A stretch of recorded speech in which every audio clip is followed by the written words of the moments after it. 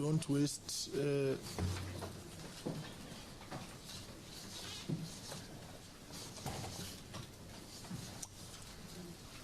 right.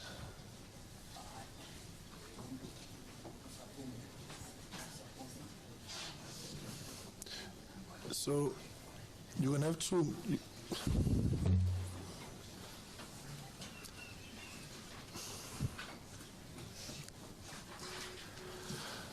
colleagues, guys, we've started now, so no movement here. So if you want to walk now, it's either that way or behind me. Colleagues, I've just received a letter from the PLO of the Minister of Basic Education indicating that the Minister is not available. And I underlined the letters from the PLO.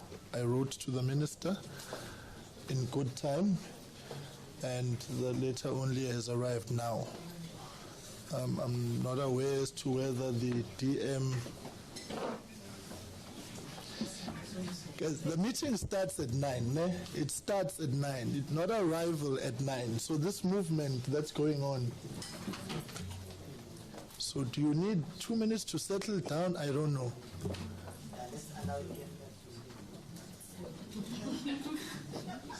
So, colleagues, I just wanted to start with that issue so that we dispense with basic education very quickly.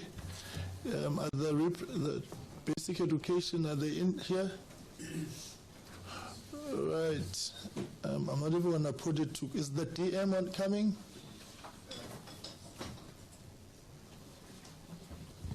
Thanks, Chairperson. The DM has a bereavement, so she's not able to come. All right. Regrettably, then we are not going to process your unauthorized expenditure this morning in the absence of an executive authority.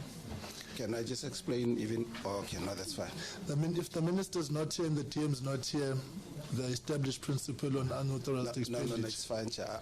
I just wanted to say last week when we got the invite, we indicated that the minister won't be able to come. And we were told that we could send a delegation. That's why we are here. Otherwise, we had asked for a postponement. Thanks, Chair. No, the letter to me in my hands now is dated today, the 20th, signed by the minister's PLO. I can have it circulated. I received it now as I was sitting here. So the presidency was here yesterday without a member of the executive. They were able to stay and find the DM whom I saw arrive, and we did not process them yesterday. And the reason is unauthorized expenditure is a significant aspect of the audit outcomes. It's a material finding. And we are looking at issues around consequence management.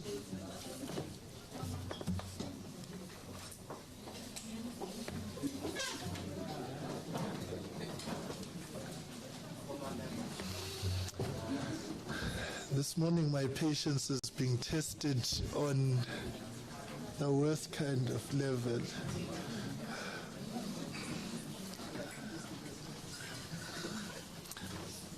The meeting is underway, you are aware, right? I don't understand this. And you couldn't enjoy it all. All right. Third time lucky. Let's hope it's a charm. Let's start again. Right. So, basic education, we are not going to proceed with you this morning. And I think we will be in communication as to how we proceed on your matter. I thought I should start there so that we don't waste your time here this morning. So, Sister Tombi, please put this in the file. It was, yeah. So, right, we're going to now start. Let me. Okay, so how we're going to proceed is we're going to receive a presentation from a department. The Minister or DM will make opening remarks, and then the delegation will present, and then they will field clarity-seeking questions from members, and when we've dispensed with you, you will be in a position to leave. So we're going to start with minerals, go to correctional services, then we're going to go to the presidency, and then we're going to go to transport, and then we're going to go to women, youth, and people living with disabilities. Tolashe, welcome. It's good to see you again after you left us for the executive, but I see that you still want to sit this side.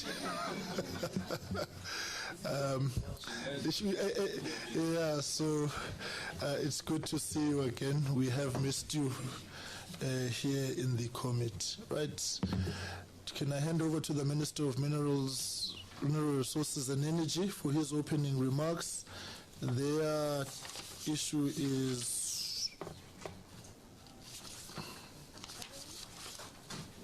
14 million. Yeah, we do recognize that some of these are old unauthorized expenditure and were not processed, and that's why we want to clear them now. Some are returns or repeats in that the areas where you'd been asked to sort yourselves out, you didn't. I know that some departments and entities have got sight of the National Treasury recommendation. We want to put up front to you the National Treasury recommendations are not binding on the committee. They are merely recommendations, and we will make a determination, and from there we will send this to the Standing Committee on Finance, and then it will go to the House. So it may be a direct charge to your budget or a direct charge to the revenue fund. We will make that determination within the next 3 weeks when Parliament returns from recess. So this morning is an opportunity to convince us. Minister, over to you. Thank you, Honorable Chairperson, members of the committee, and all of us who are invited here. This is an old transaction, but we have accepted that leadership is continuous. When you take responsibility, you take it foot stewards. You don't choose what you want to take and what you don't want to take. This was incurred in the financial year 2009-2010 financial year by the Department of Mineral and Energy, DME at the time. And you will remember in that history, that department was split into two, mineral resources and then another one, energy. They are back together now. So we're here to take responsibility for that. We're going to make proposals here. The chief financial officer is with us, led by the DG, and I'm assisted by the DM. But I told her that she will not speak here. I'm here now. So we were both here. The DG is here, the chief financial officer is here, and the whole team of the DMRE, so that we can hear. I don't want to get into the purpose of us coming here. I will leave that to the CFO. If need be, I'll comment at the end. With your permission, Chairperson, may I allow the CFO to make the presentation? That's perfectly fine. Thank you very much, Minister. CFO, over to you. Colleagues, you've all got the hard copy, right? It's been circulated. All right. Lungi will keep on bringing them as we proceed. Over to you, ma'am. Good morning, Honourable Chairperson, committee members, Minister, DMs, and others present here this morning. Chairperson, we have been to Scopa before, and we have presented this case on the 16th of September 2014. The department was granted condonation of the unauthorized expenditure by Treasury. However, the approval did not specify if the condonation was with or without funding. So we did receive the condonation, but just not the last part. Since the investigation has been concluded, the department has engaged National Treasury to deregister the transaction from its financial records. And our request today, Chairperson, is for the condonation to be approved with funding, if possible, please. In terms of the background of the transaction, the former Department of Energy, that is DME, at the cusp of the split. So it happened in March 2010 as the department was about to split. So it was DME, so one half went to Minerals, Department of Mineral Resources, the other half to the Department of Energy. At that point in time, there was a transaction that had to be processed to a municipality. It was processed in March. However, that transaction did not go through. The amount was 14.86 million. The department made the transfer, which was not in terms of DORA or the Appropriation Act for the 2010-2011 year, and I'll explain why. The unauthorized transaction occurred in the next financial year. So it rejected in March 2010. It only went through in the 2010-2011 financial year. And that's the reason it gave rise to the classification of unauthorized expenditure. Details of the transaction. The department made the payment to Mtamjeni Municipality. I'll just wait for the chair.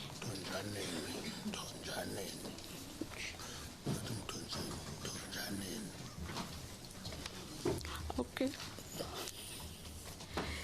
The department made the transfer to the municipality, and I'm corrected on the pronunciation.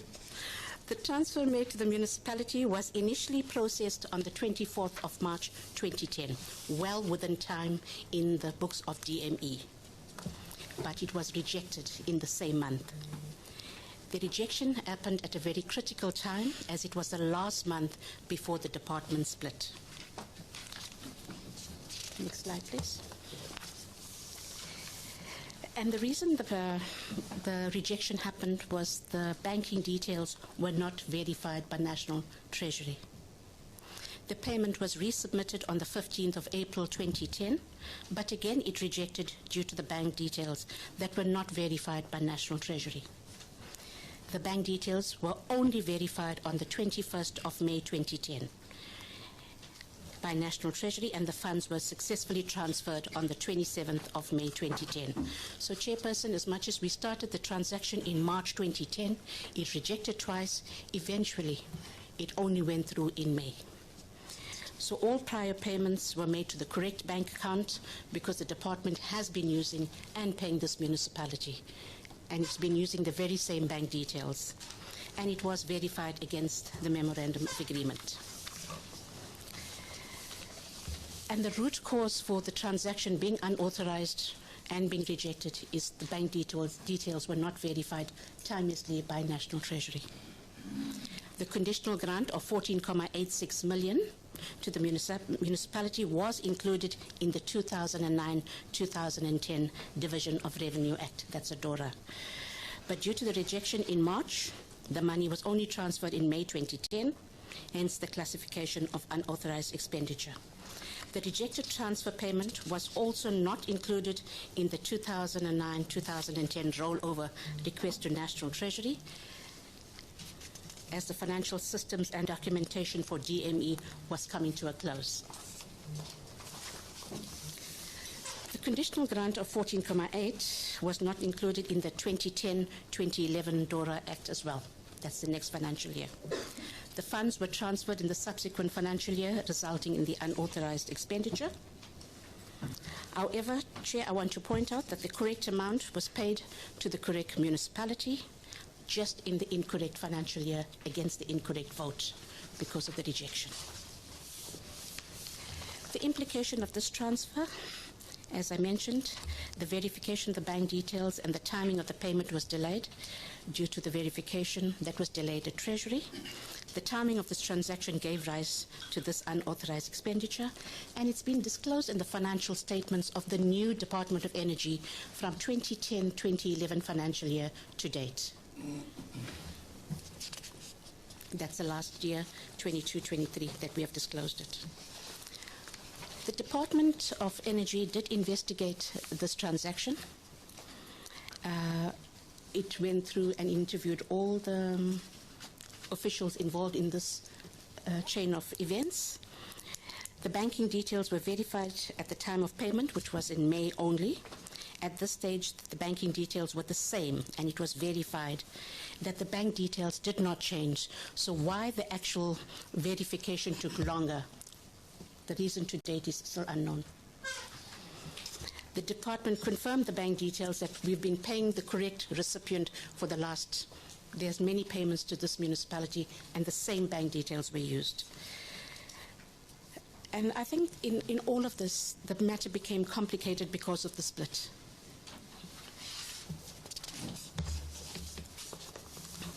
And at the time, Chairperson, because the department split and the transitional arrangements were still being concluded, the rollover request was also not submitted to National Treasury because they felt they had submitted on time and it was not verified by Treasury. And at the time, the coordination of the systems and documentation between the original DME and the two split departments was also at a critical time, so that rollover request was not submitted.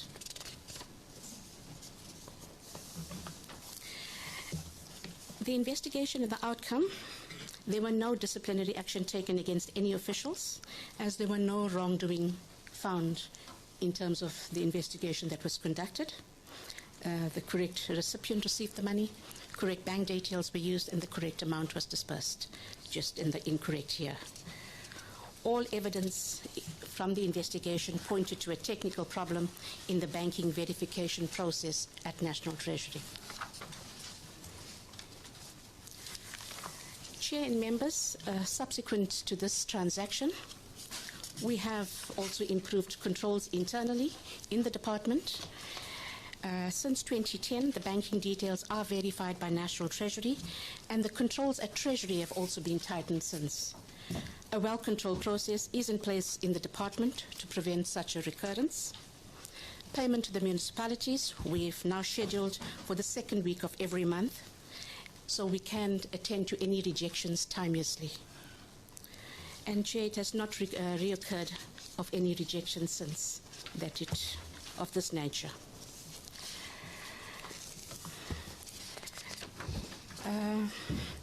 Whilst this transaction was condoned by National Treasury, the funding to reverse the unauthorized expenditure could not be granted until the matter is reconsidered by SCOPA. We did attempt as a department, when we had savings, to try and offset this unauthorized expenditure, but this was not approved by National Treasury. Hence, we had to come back to the committee.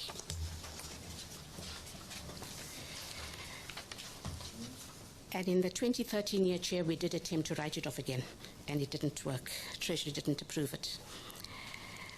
So today, Chairperson, my humble request is that we've been carrying this unauthorized expenditure from 2010-2011 in the new Department of Energy then, and we've last disclosed it at 31 March 2023. So it's almost 13 years that we are carrying this unauthorized expenditure. In my view, the correct amount was paid to the correct person. It was used for its intended purposes. It was not wasteful. And we kindly request that this be condoned with funding and it be done with a direct charge to the National Revenue Fund. With that, I thank you, Chairperson and Minister. Thank you very much, sir. For anything else? No, that is our request, Honorable Chairperson and Honorable Members, that the condonation was granted, but we request that it be granted now with funding. And our proposal is that that funding should be charged to the National Revenue Fund. That's our proposal. Thank you very much, Jim. Colleagues, over to you. Honorable Liz and Honorable Hatebe. Just your mic. Sure. Thank you, Mr. Chairman, and I've already said good morning to everyone, and it's quite pleasing to see both the Minister and the Deputy Minister. Well done to the Minister and the Deputy Minister. It's nice to see you both here.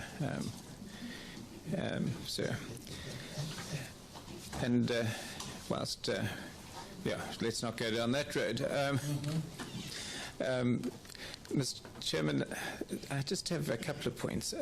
I'm somewhat perplexed because the presentation appears to be making a not so veiled attempt to blame National Treasury here, and that concerns me. So maybe in due course National Treasury can respond. And you're saying that no rollover request was made. Well, I'm not sure that that's the change in the structure of the department could really have justified that. But I would suggest, well, can I ask you then, was the accounting officer at that point when the rollover should have been made aware of the unauthorized expenditure? That really is the determining thing, not whether the department was split and was in a state of unsure. And then, did the internal audit not find this issue to be a non-compliance with DORA? Maybe I missed it, but I don't remember you saying anything about what the internal audit outcome was. And then you say that you have to come back to this committee again. When did you come the first time? Mr. Chairman, and to Scopa, and what was the outcome there? You should be able to tell me that, I think, because it seems very wasteful to have to come back again so late. So those are my questions, Mr. Chairman.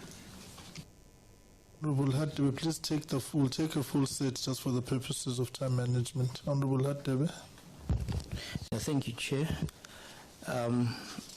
Let me welcome the presentation. Some of the questions that I wanted to ask, Honourable Mazaman has already covered me. But I want to indicate upfront that we are creatures of statutes.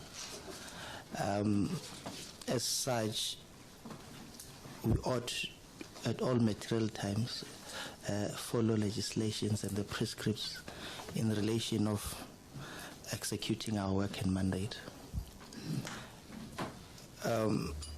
In your investigation, I'm a bit also perplexed that you did not find anyone accountable as it relates to payment in the following financial year without following the legal prescripts or as it contained in the legislation that governs the rollover and budgets. Why is that the case, given the fact that you've alluded to in your opening remarks that this was not in line with DORA? I understand the issue of bank verification, which I think National Treasury ought to explain. If indeed from March you were using the same bank account until May when it was verified, it was still the same bank account, an explanation ought to be provided as to what were the reason of rejection if it's the same bank account and whose responsibility it is to verify. I think that also needs to be clarified for us to be able to understand and apply our mind accordingly. But from the presentation, it appears as a simple and straightforward case. But for you not to find anyone having not complied with the legislation as it relates to payment in the next financial year without that money having been made provisions in the budget, that ought to be explained. How did you let that slide and not find anyone accountable? Thank you.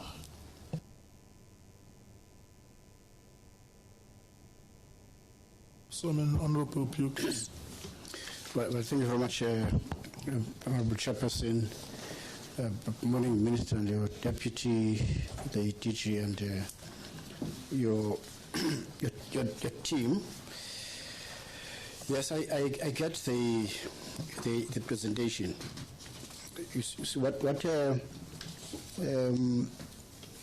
one seeks to understand is that the transfer is made in March of the year towards the end of the financial year.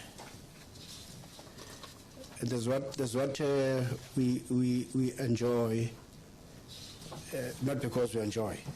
That's what we're made to live with. That a lot of transfers are made during that period and causing what is called much spike in terms of the expenditures. And for a municipality in this instance, which might be looking like a fiscal dumping.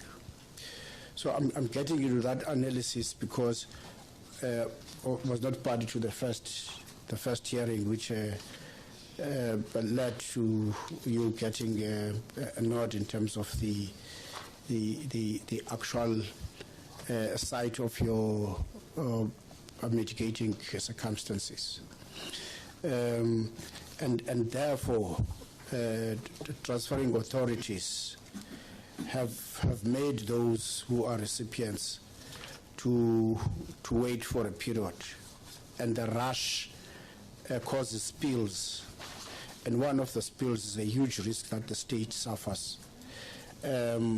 As we are told by yourselves, that this went into unverified account, and the bank, fortunately this time, returned it, kicked it off. It was fortunate because it returned. In a number of instances, it does not return. It gets into an unverified account, and we live with the consequences.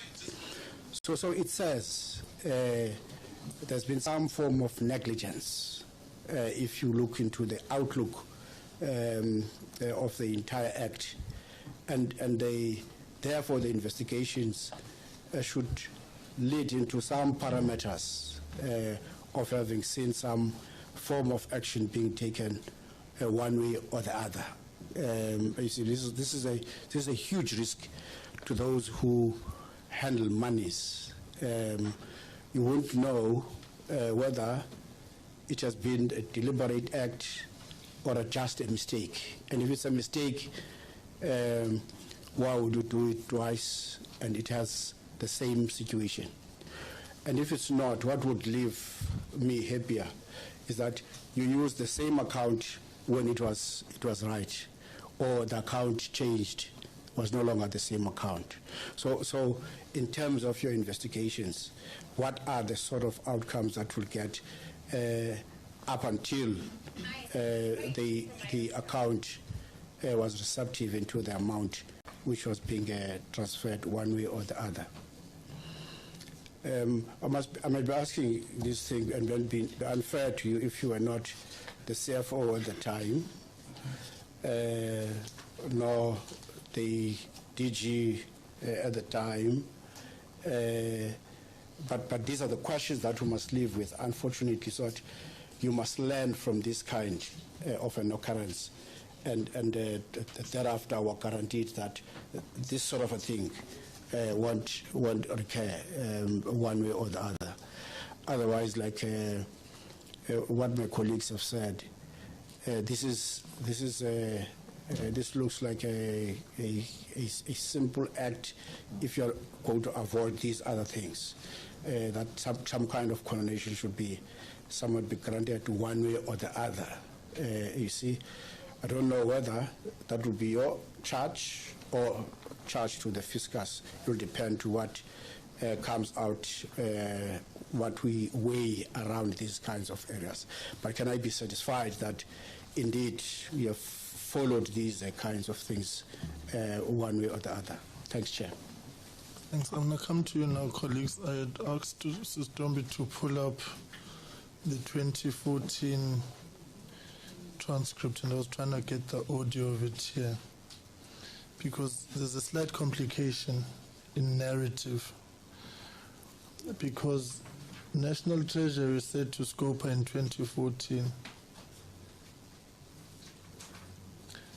amongst others, that in addition, at the time the payment was made to a municipality for the INEP was to the incorrect banking details, and this is the issue, as the name of the municipality had changed. And the point was made then, coincidentally by myself, that Mthonjaneni has always been Mthonjaneni. It had never been any other name. So I think the issue around that Mazambane was raising about this issue of verification, I think let's go to Treasury first to provide clarity, because the 2014 narrative is now not saying that the banking details were wrong, it's saying the municipality's name had changed, and that added to the confusion. So National Treasury, can you clarify, because as Mazambane says, the term he uses is the veil assumption is that the verification lapses were on your end, and then the department will come in to respond. But responding, Mthonjaneni has always been Mthonjaneni up to now. It's never changed. National Treasury. Good morning, Chair and honourable members. So maybe I should just take one step back and explain how Safety Web works. And our Safety Web system is really one that kind of verifies the name of the beneficiary against the name of and the banking account details. And Mthonjaneni municipality, of course, would have received payments throughout the year from other votes into their primary banking account, like their local government equitable share and any other conditional grants that they had received. So with this payment, initially on Safety Web rejected it because there was some kind of discrepancy in the system. That was the first time it rejected it on 24th of March when the payment was made. The payment was then again made in April, and it was rejected again. Our records show that the difference there was a spelling error in the name of the municipality. So we can't. I mean, I can't remember offhand if it was something that was missing a letter that was missing in the name of the municipality, but there was an error in the name of the municipality versus the banking details that we had on the system. And by the time the department made the payment again, we had passed the rollover process. We were into a new financial year, and then they had made the money outside, or the payment outside of what was then proposed in the budget, both within the Division of Revenue Act and in the Appropriation Act for that year. So it was 2 rejections on the system, and it went through on the 3rd time in May because of these kind of technicalities around differences that would have either been in the primary banking details, the name of the beneficiary, and we make sure that that is all in order and in line so that money doesn't go, as Honourable Somia suggested, into the wrong places because it is a large amount of money. Thanks. Who was supposed to verify the banking details? I think that's the nub of the question. That responsibility in terms of the Treasury regulations remains with the National Transferring Officer and the Accounting Officer of the department. All right. Yeah. All right, my Honourable Hadebe, just take a quick one, and then Honourable Bukis, and then we'll go to the department. I think detailed information will assist us.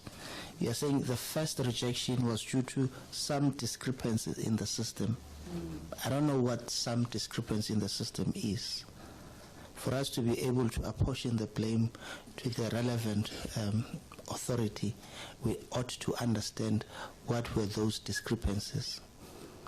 And you are not sure whether it was a spelling error. So you need to give us an accurate account of events? Was it a spelling error or was it incorrect banking details? What is before us is that the banking details were not verified. Thank you, Chair. Yeah, okay. Let's go to Treasury. We also have a problem with this term verified. It's too broad in its nature. All right, Treasury? Chair, I'm going to have to request that our Accountant General's office draws the history of the actual transactions and provides that as a copy to the committee so that the committee is able to see what then transpired and what was the differences. I mean, we should have a record of that. No, we do have a record of that. And for each of those transactions on those days, we will then send it via our parliamentary office to the Secretariat for the committee's consideration. Okay, I think that's fine. It will help with the portfolio of evidence. Honourable Bucas. Thank you, Chair. Chair, in welcoming the Minister and the Deputy Minister, thank you that you are here. I'm really confused now, Chair, because after so many years, we only discovered today that they said in the presentation that it was already condoned, but without finances. But today we discover, and my first question was exactly on the conclusion of this presentation, that they are saying that exceptional circumstances of the Department of Energy at that time, but just in front, when they started, they say that it's because of the banking details of the department, of the municipality. So my confusion is on, Chair, that why the conclusion it's now exceptional circumstances of the department. And firstly, it was the banking details of the municipality. So please clarify that one for me. Then, Chair, on the reporting to National Treasury page, I don't know the page. Yeah, the reporting to National Treasury. I was speaking about the condonement, but are there any paper trail on that one? And when was it? And was there any from your side? Was there any attempt to clarify that with National Treasury? And then, Chair, my last one is on I think the root cause of this thing was the fact that you did not include it in the rollover request from your side. So, who was responsible at that time, and why was it not included in the rollover request? Then, Chair, it's like the banking details is therefore unknown. I think as responsible government, we can't just bring something like that before SCOPA in a report to say that under investigations that the banking details is therefore unknown. Now, it's not even the banking details today. Today it's now the name of the municipality, the spelling, and so on. So I can't accept it, Chair, that the department, in a report to SCOPA, say that just the banking details, therefore, is not unknown. Thank you, Chair. No, Makamba. Chair, thank you very much. Ndibulise Minister nesigaba sakhe. My question, Chairperson, is is a matter of interest. I just want to know why did this process take so long? We are told here in this presentation that it's an issue that has been going on for a period of 13 years. So now I want to understand the timing of them coming to this committee only now. So I want to know, during this whole period, what has been the case regarding this transaction? Thank you. No, the matter's been with us and the National Treasury because we must process. So National Treasury wrote to us and presented a schedule of unprocessed, unauthorized expenditure. And we met with them in June, so that's why the departments are here, for them to now take us through. All right, let's go to the department to take us through responses to the issues that have been raised. We do regard that I think there just has to be clarity around this banking detail story. Because you see, CFO, if you say you investigated and there was no one to whom blame could be apportioned on, I tend to disagree, because I consider this to be a schoolboy mistake with far-reaching consequences, in that you are saddled with unauthorized expenditure now because your transaction was rejected twice, to the extent to which National Treasury had concluded on its rollover processes. So I'm just not certain as to whether we call it an error or a split or whatever it is, but it can't be. It's so elementary. It's yeah, right? Minister, you will delegate your team as you deem fit in the responses. No, thank you, Honorable Bishops. First of all, I want to demystify this thing of blaming the Treasury. We are not blaming the Treasury, we are stating the facts to the best of our ability.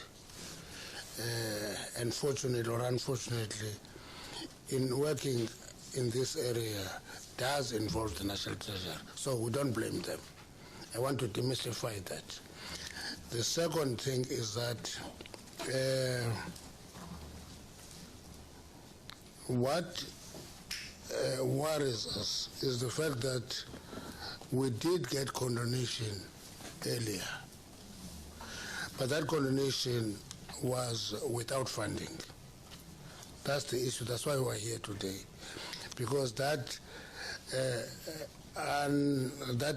expenditure continues to reflect in our books, because it was a condonation without funding.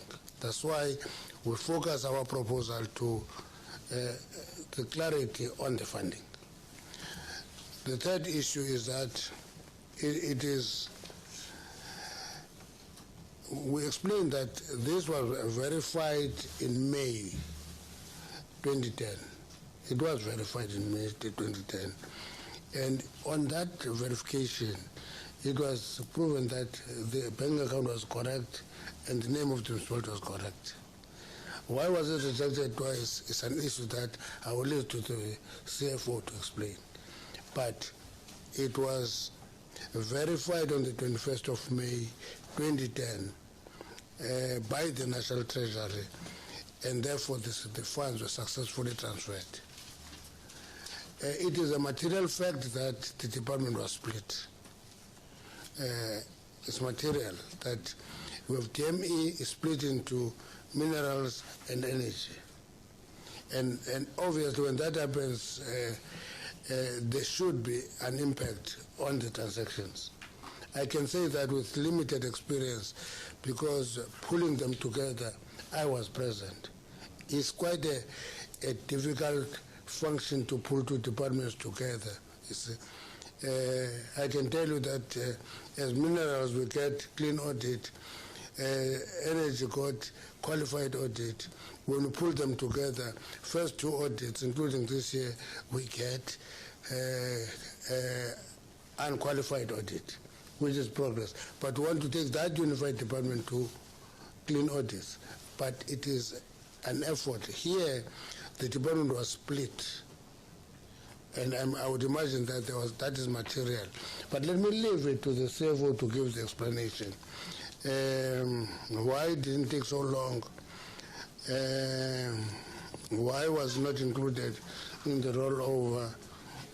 And I must remind the committee that we are a legal successor of whoever was there in 2009, 2010.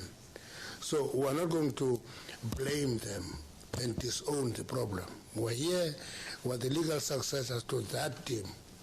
and therefore we have full responsibility for correcting this situation as a legal successor of that team. So we're not going to try and run away and say, no, no, we're not here. We're here now. We're the legal successor. The responsibility is on us, Honorable Chairperson. Therefore. Thank you, Minister. Thank you, Chair. I'm going to do my best to try and answer as best as I can. I was not the CFO at the time, but I've gone through the stuff and the investigation reports, so I would be able to cover some of them. If I can't, I will provide written responses, Chair, if you'd allow. I think Minister did mention at the time of the split, it creates a certain environment, Chair and members. It's not an easy environment. As much as we might think it's an academic and administrative function, we split the department, each one takes care of its own responsibility. This one fell through its cracks, and there's no other reason to it. In the investigation report, I should have completed, I think, what I should have gave more information on the investigation. As much as no official was held responsible, there were people that were identified that did not take responsibility for the rollover request. At the split, the rollover request should have come from DME, but the DME part no longer existed because it now split into two different departments. So the people that went through energy where this would have fell needed to do that. And the INAP, it said in the investigation report, the INAP executive, and it gives a name as well, that should have applied for the rollover, but they didn't. And the person was no longer employed by the department. It went further to say that. So there were a number of employees that were singled out for certain actions, but they are no longer employed by the department, or their whereabouts were unknown. It's exactly in the written report. So I should have completed it. My apologies, members and Chair. There is a paper trail for the duration from the time we had presented and to now. Our constant follow-ups with Treasury and our attempt to fund it, our attempt to de-recognize it on our financial statements. There's a full paper trail, and we can make that available as well.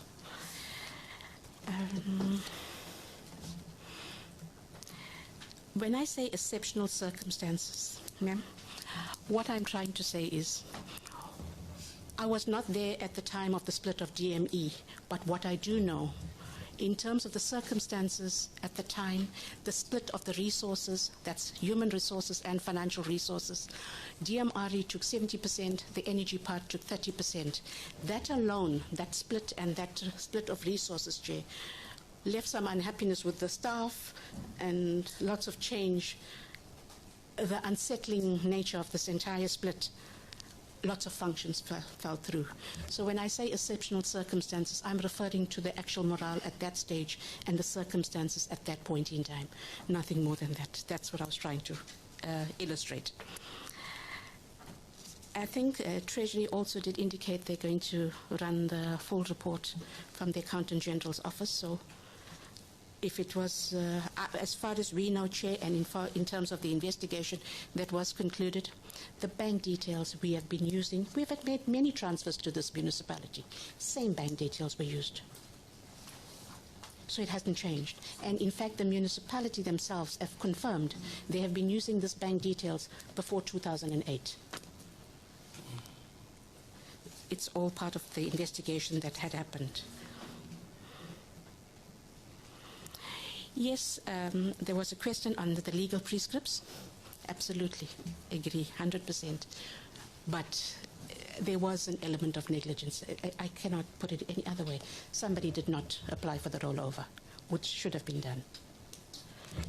But I don't want to be cheeky and say we submitted the money, we surrendered the money in 2010 financial year because it did not go through. So the money was surrendered to Treasury. So we are asking that we be considered to have that funding that we had surrendered. So I don't want to be cheeky, though. The accounting officer...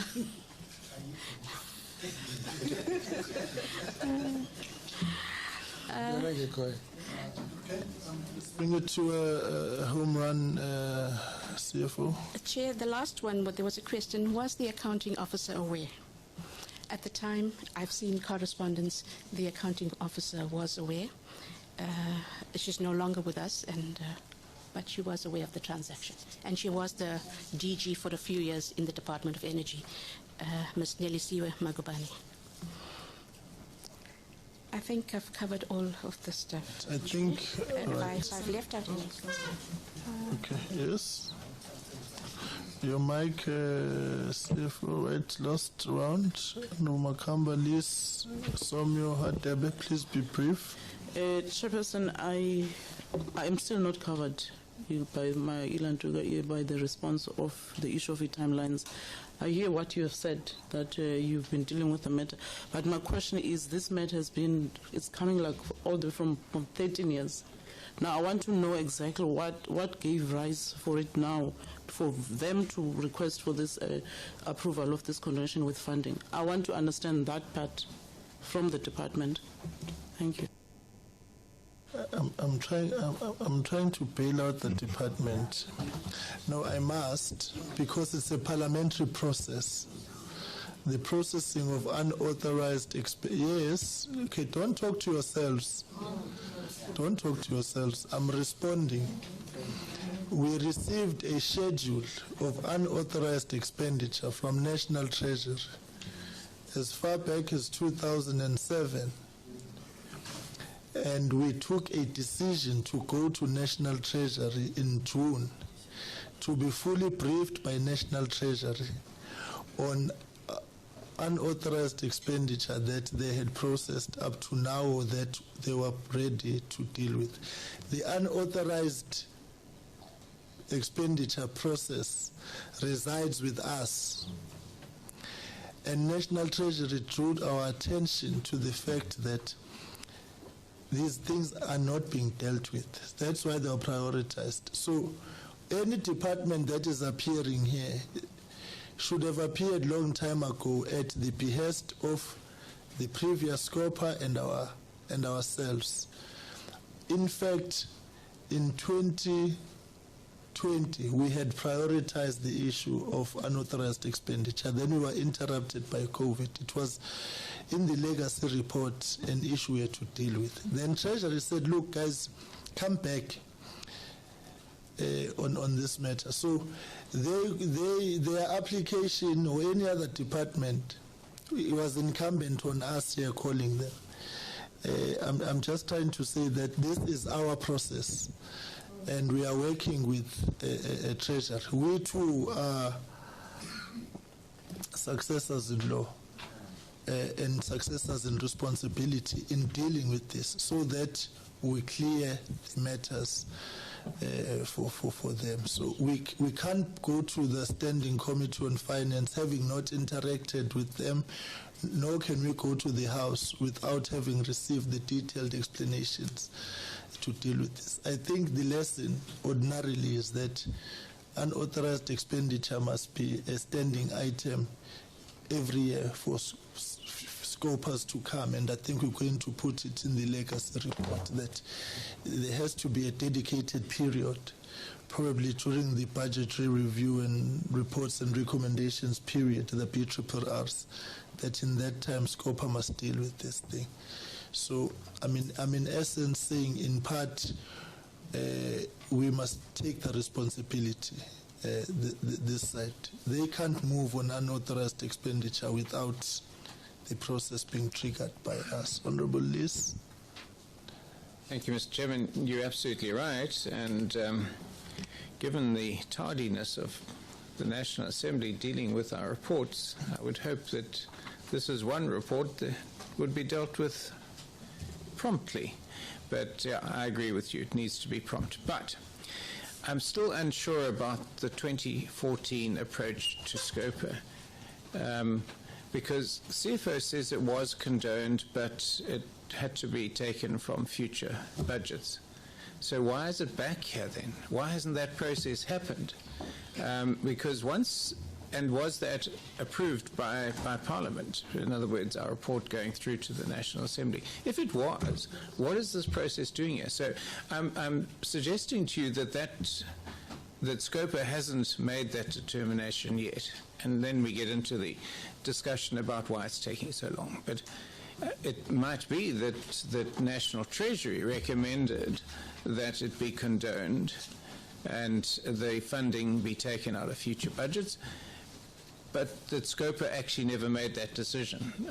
I don't know whether our minutes of that meeting have a record of that. So that's a bit confusing. And thank you for clarifying the question about the accounting officer being aware of it. So the second attempt at payment was the 15th of April. And then the third attempt was crossed over the year end, and then that crossed over the splitting of the department. So I'm not convinced that the accounting officer at the time was in some way disadvantaged and therefore didn't do the rollover.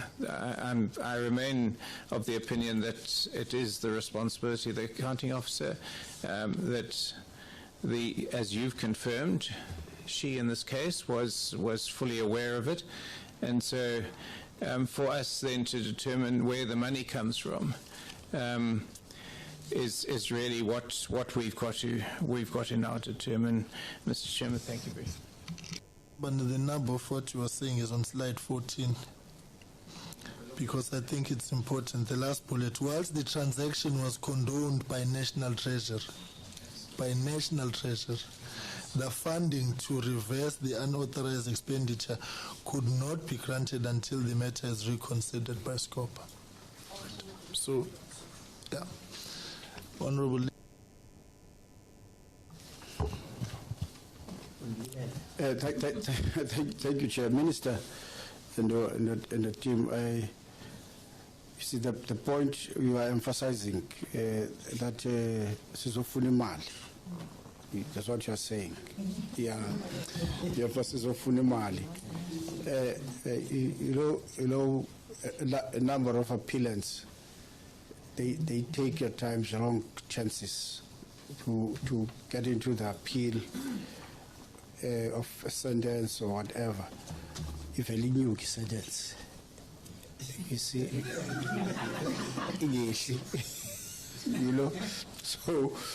So I hear what the CFO is saying. The only problem with the entire account, the process of accounting, that you tend to be economical with facts, and that is going to drag the finalization of this whole process.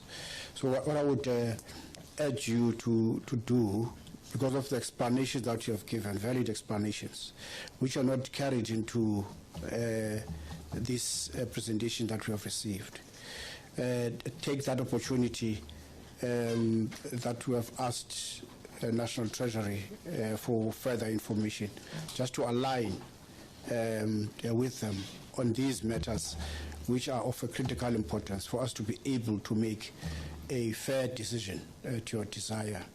That will be determined on the basis of that information that we get, whether it's coming from your pocket or it's coming from the national fiscus.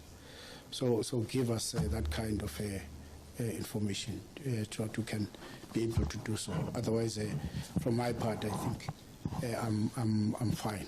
I'm comfortable. So on that note of being fine, Honorable Hadebe. Yeah. No, thank you, Chair. I think the CFO, you nearly missed a very critical and important aspect, because ours, when dealing with this unauthorized expenditure, one, we're trying to ascertain whether or not internal control have been improved. Two, consequence management. Someone ought to face the music for one's action. That you nearly failed to demonstrate, and you have already done a great deal in that aspect, but it did not include in that report. I'm happy that you've investigated the matter. I'm happy that you have identified the responsible officials, and we have not seen the recurrence of such. So in future, as Honorable Somio has stated, explain in detail so that we are not perceived as if we are economical with the truth. It might be an oversight on your part, but demonstrate to us that action and a thorough consideration of matters have been taken into account. Indeed, Chair, law of perpetuity does come into play in this regard. In response to my fellow honorable member, Honorable Poch, in terms of the time span. So let us not crucify the wrong Jesus in terms of the time. Also take some level of responsibility. Thank you. Okay, thank you very much. Let's get last round of responses. You will send written submissions on the issues around the account in general, and any other information, CFO, that you may deem important. Next to today is Wednesday, so let's get that next week, Friday, close of business, considering Monday is a public holiday, so that we can be able to finalize the reports on this one. We'll hand over to you, Minister and your team, for any concluding remarks. Sizwile, sizocabanga, sizobona. Siyabulela uba nizwile nizocabanga nizobona. Sibulela kakhulu, and we will have a discussion on the economics of facts, as well, so that we can understand economics of facts. Thank you very much. We're grateful. Thank you very much. That is our story. Thank you, Chairman. Thank you very much, DMRE. All right.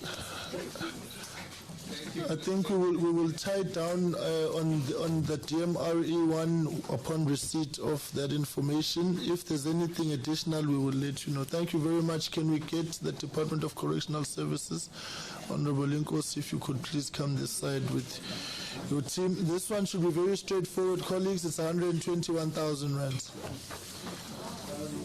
Minister, next time you can let your deputy say a word.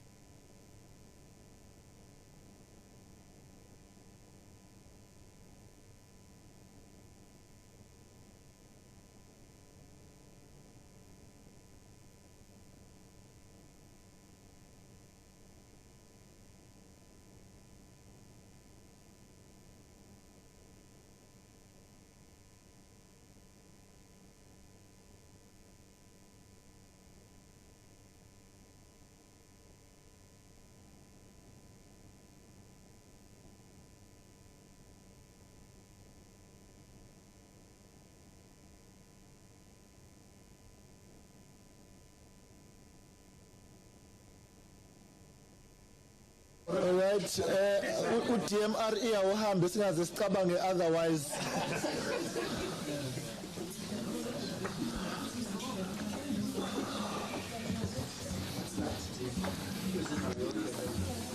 Awu naze nabaningi 121,000 nje. Oh, kahle nbo. Sekuyiwona wonke lo.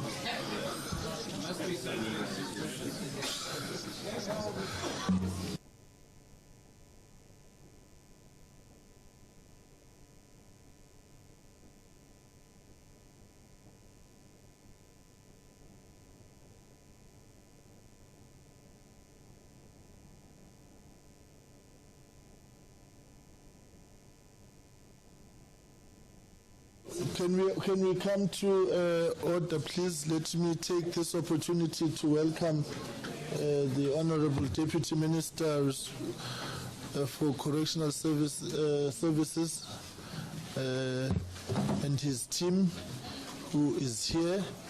I think, because it's very clear what we want. I think you have seen it. We'll dive right into it. The same SOP will apply. Colleagues, I'm sure you've received a two-pager, right? Can we go right into it? Honorable DM, over to you. Chairperson of Just your mic, Delisita, thanks. Diving into it without looking ahead. Chairperson of SCOPA, honorable members, ladies and gentlemen, good morning.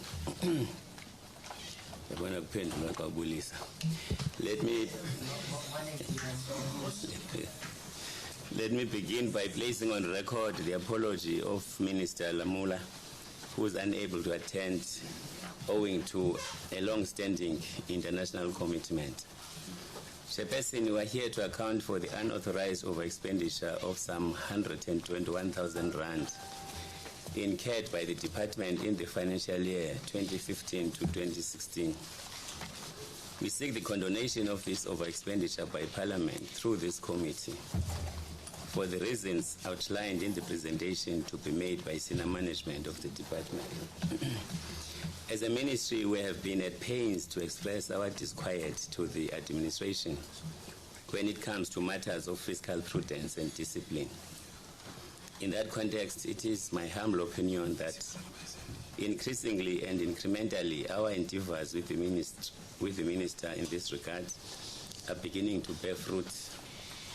This sentiment is borne out by markedly improved audit opinions over the last 2 financial years with unqualified audit opinions.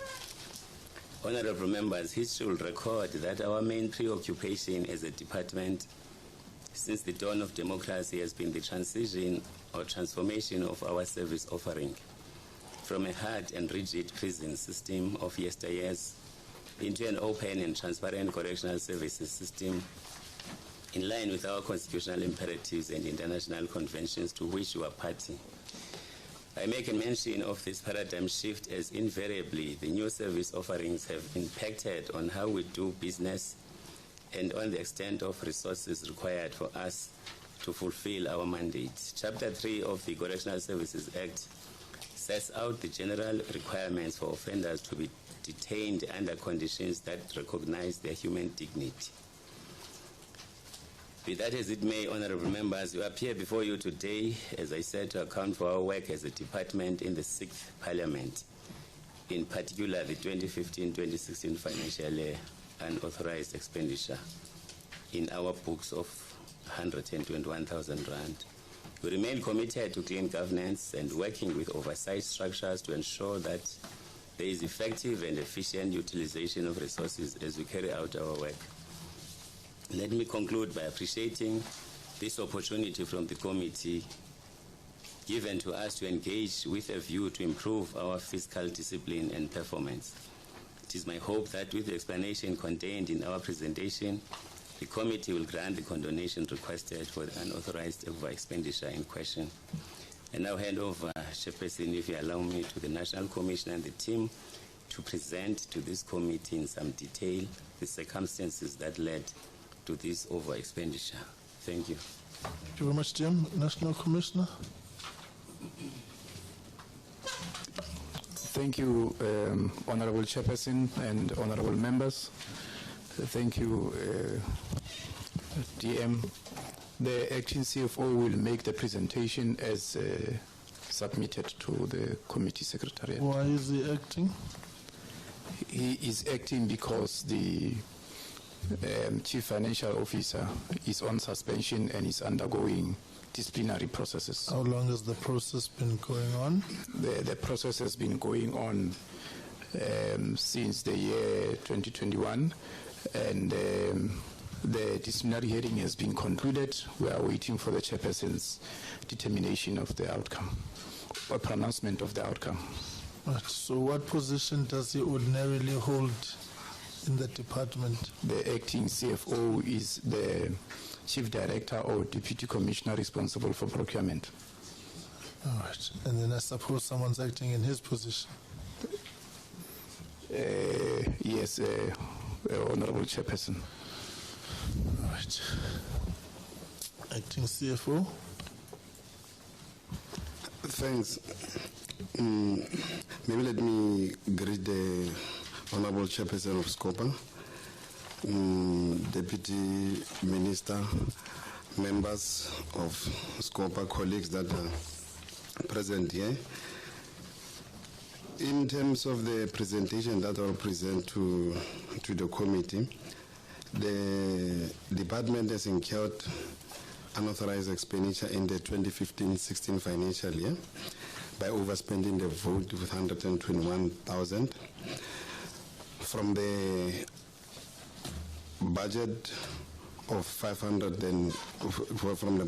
20 billion 588 554, which the actual final expenditure was 20 billion 588 675, and that resulted to the 121 over expenditure of that is unauthorized expenditure. So the sub-program involved was security operations and facilities under program incarceration overspend their final allocations. And at the economic classification level, the COE, goods and services, building and other fixed infrastructure overspend their final adjusted allocation. In terms of the COE, the final appropriation of 13,155 billion and the expenditure amounted to 13,189 billion, which results into the 390 million over expenditure, mainly to the following: the adjustment of housing allowance by the Department of Public Service Administration, DPSA, employees in the public service, which was more than the average budgeted inflation. Secondly, an increase in the employee medical aid contribution, which were more than the average budget inflation. And lastly, due to the budget cuts of 30 million from the COE by National Treasury in 2015-16 financial year. Furthermore, under goods and services, in terms of our budget of 6 billion against the final appropriation of 6.37 billion, results into overspending of 7.8 million due to increase on municipal services, which were more than the average allocated inflation. We also had an interest on rent on land, which we have spent 1.6 million, mainly to the results of implementation of awards against the department arbitration that the department had to be able to pay. And under building and other fixed infrastructure, the actual expenditure of 857 million against the final adjusted appropriation of 856 million, which has resulted also an overspending of 1.2 million due to additional expenditure of the IDT, resulting to cost price adjustment for installation of security fences. Just also to indicate, Chair and members of SCOPA, that the unauthorized expenditure was reported to the Director General for National Treasury on the letter dated 28 June 2016, after all adjustments were made before the finalization of the audit, and the unauthorized expenditure was subsequently disclosed into the financial statement. And also to indicate that the investigation was conducted and finalized, and the letter dated 22 August 2018 of the investigation report was further sent to Director General of National Treasury. Just to go to the investigation outcome, Chair, the investigation that was conducted provided the following findings: that the expenditure, unauthorized expenditure, there was a lawful directive from DPSA which was followed on adjustment of housing allowance for qualified officials, and also that there was a lawful instruction that was followed by the department. Though this resulted to a budget challenges, there was no loss to the state. And also further to indicate that the department has internal control system to prevent or detect unauthorized expenditure. And lastly, just to indicate that There was no official label as the unauthorized expenditure was as a result of intergovernmental system as indicated to slide 4, which was also disclosed in page 20 of of the department annual report, which were the 3 items that I've indicated, Chair. And lastly, in terms of our recommendation as the department, we humbly recommend or request SCOPA to approve the 121,000 as the direct charge to DCIS vote 22. Thank you, Chair. Thank you, Acting CFO. All right. Kose, are you fine? We can proceed? Yes, sir. Thank you very much. All right. Colleagues, going once. Honorable Liz. Just a quick one, and it probably is more directed to the National Treasury. In the National Treasury notes, the sentence is, with proper financial management, this could have been avoided since cost of employee budget was underspent. So what does that mean? Should they have done a virement of some sort, or I'm not sure what it means. Or should it have been an adjustment in the MT BPS, or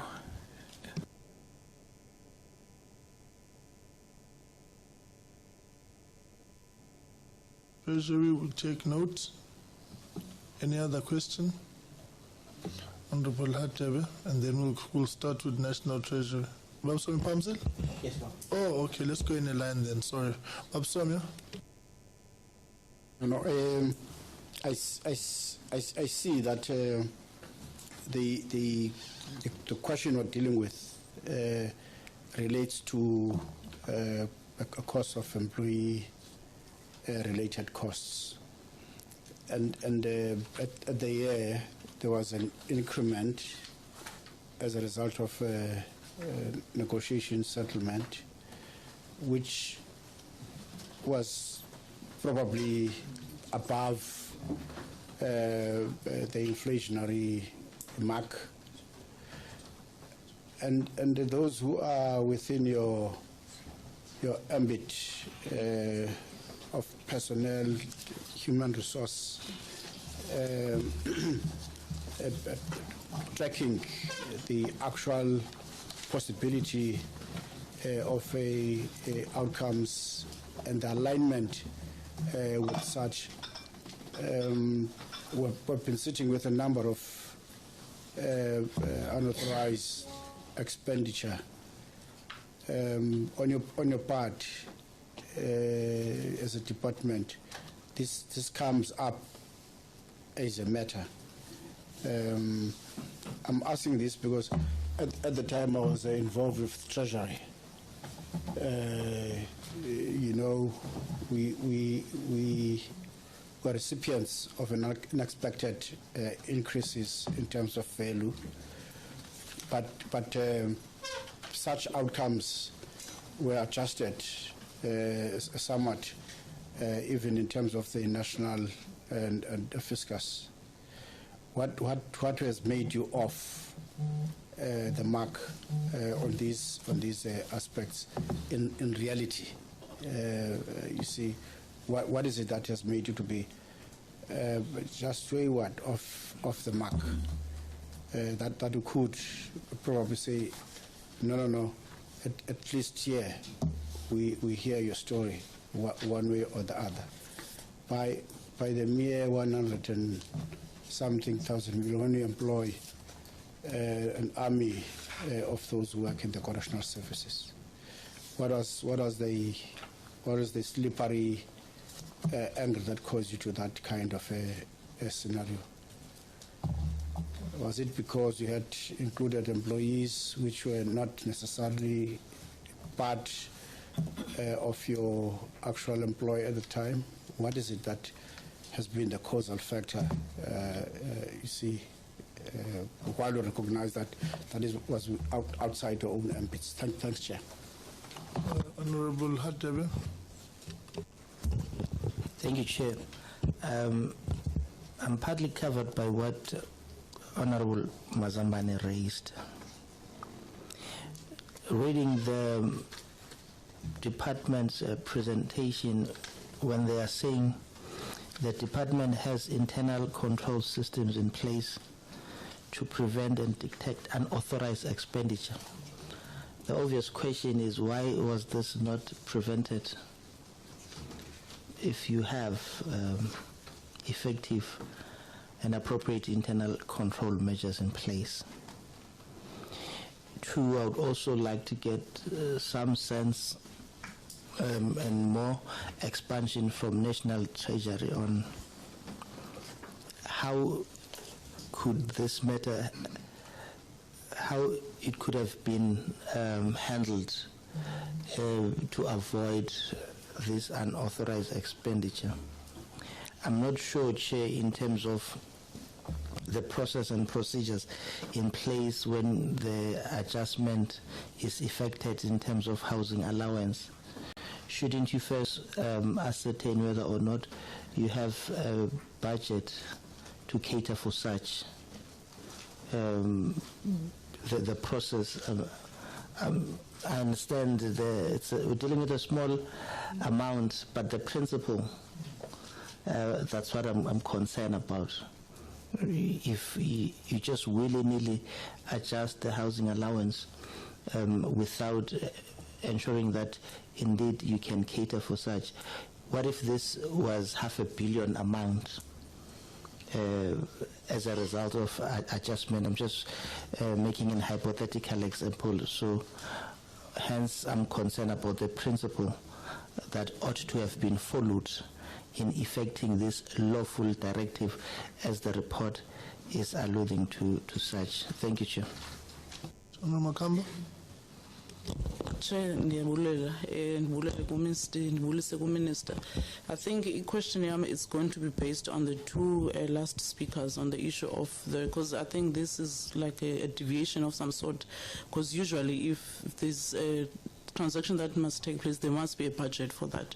So I want to know this deviation, what was it, where was it approved, how was it approved, was there a motivation that was done to approve this particular figure, because it wasn't part and parcel of the budget for the intergovernmental systems that you guys have in place. Thank you.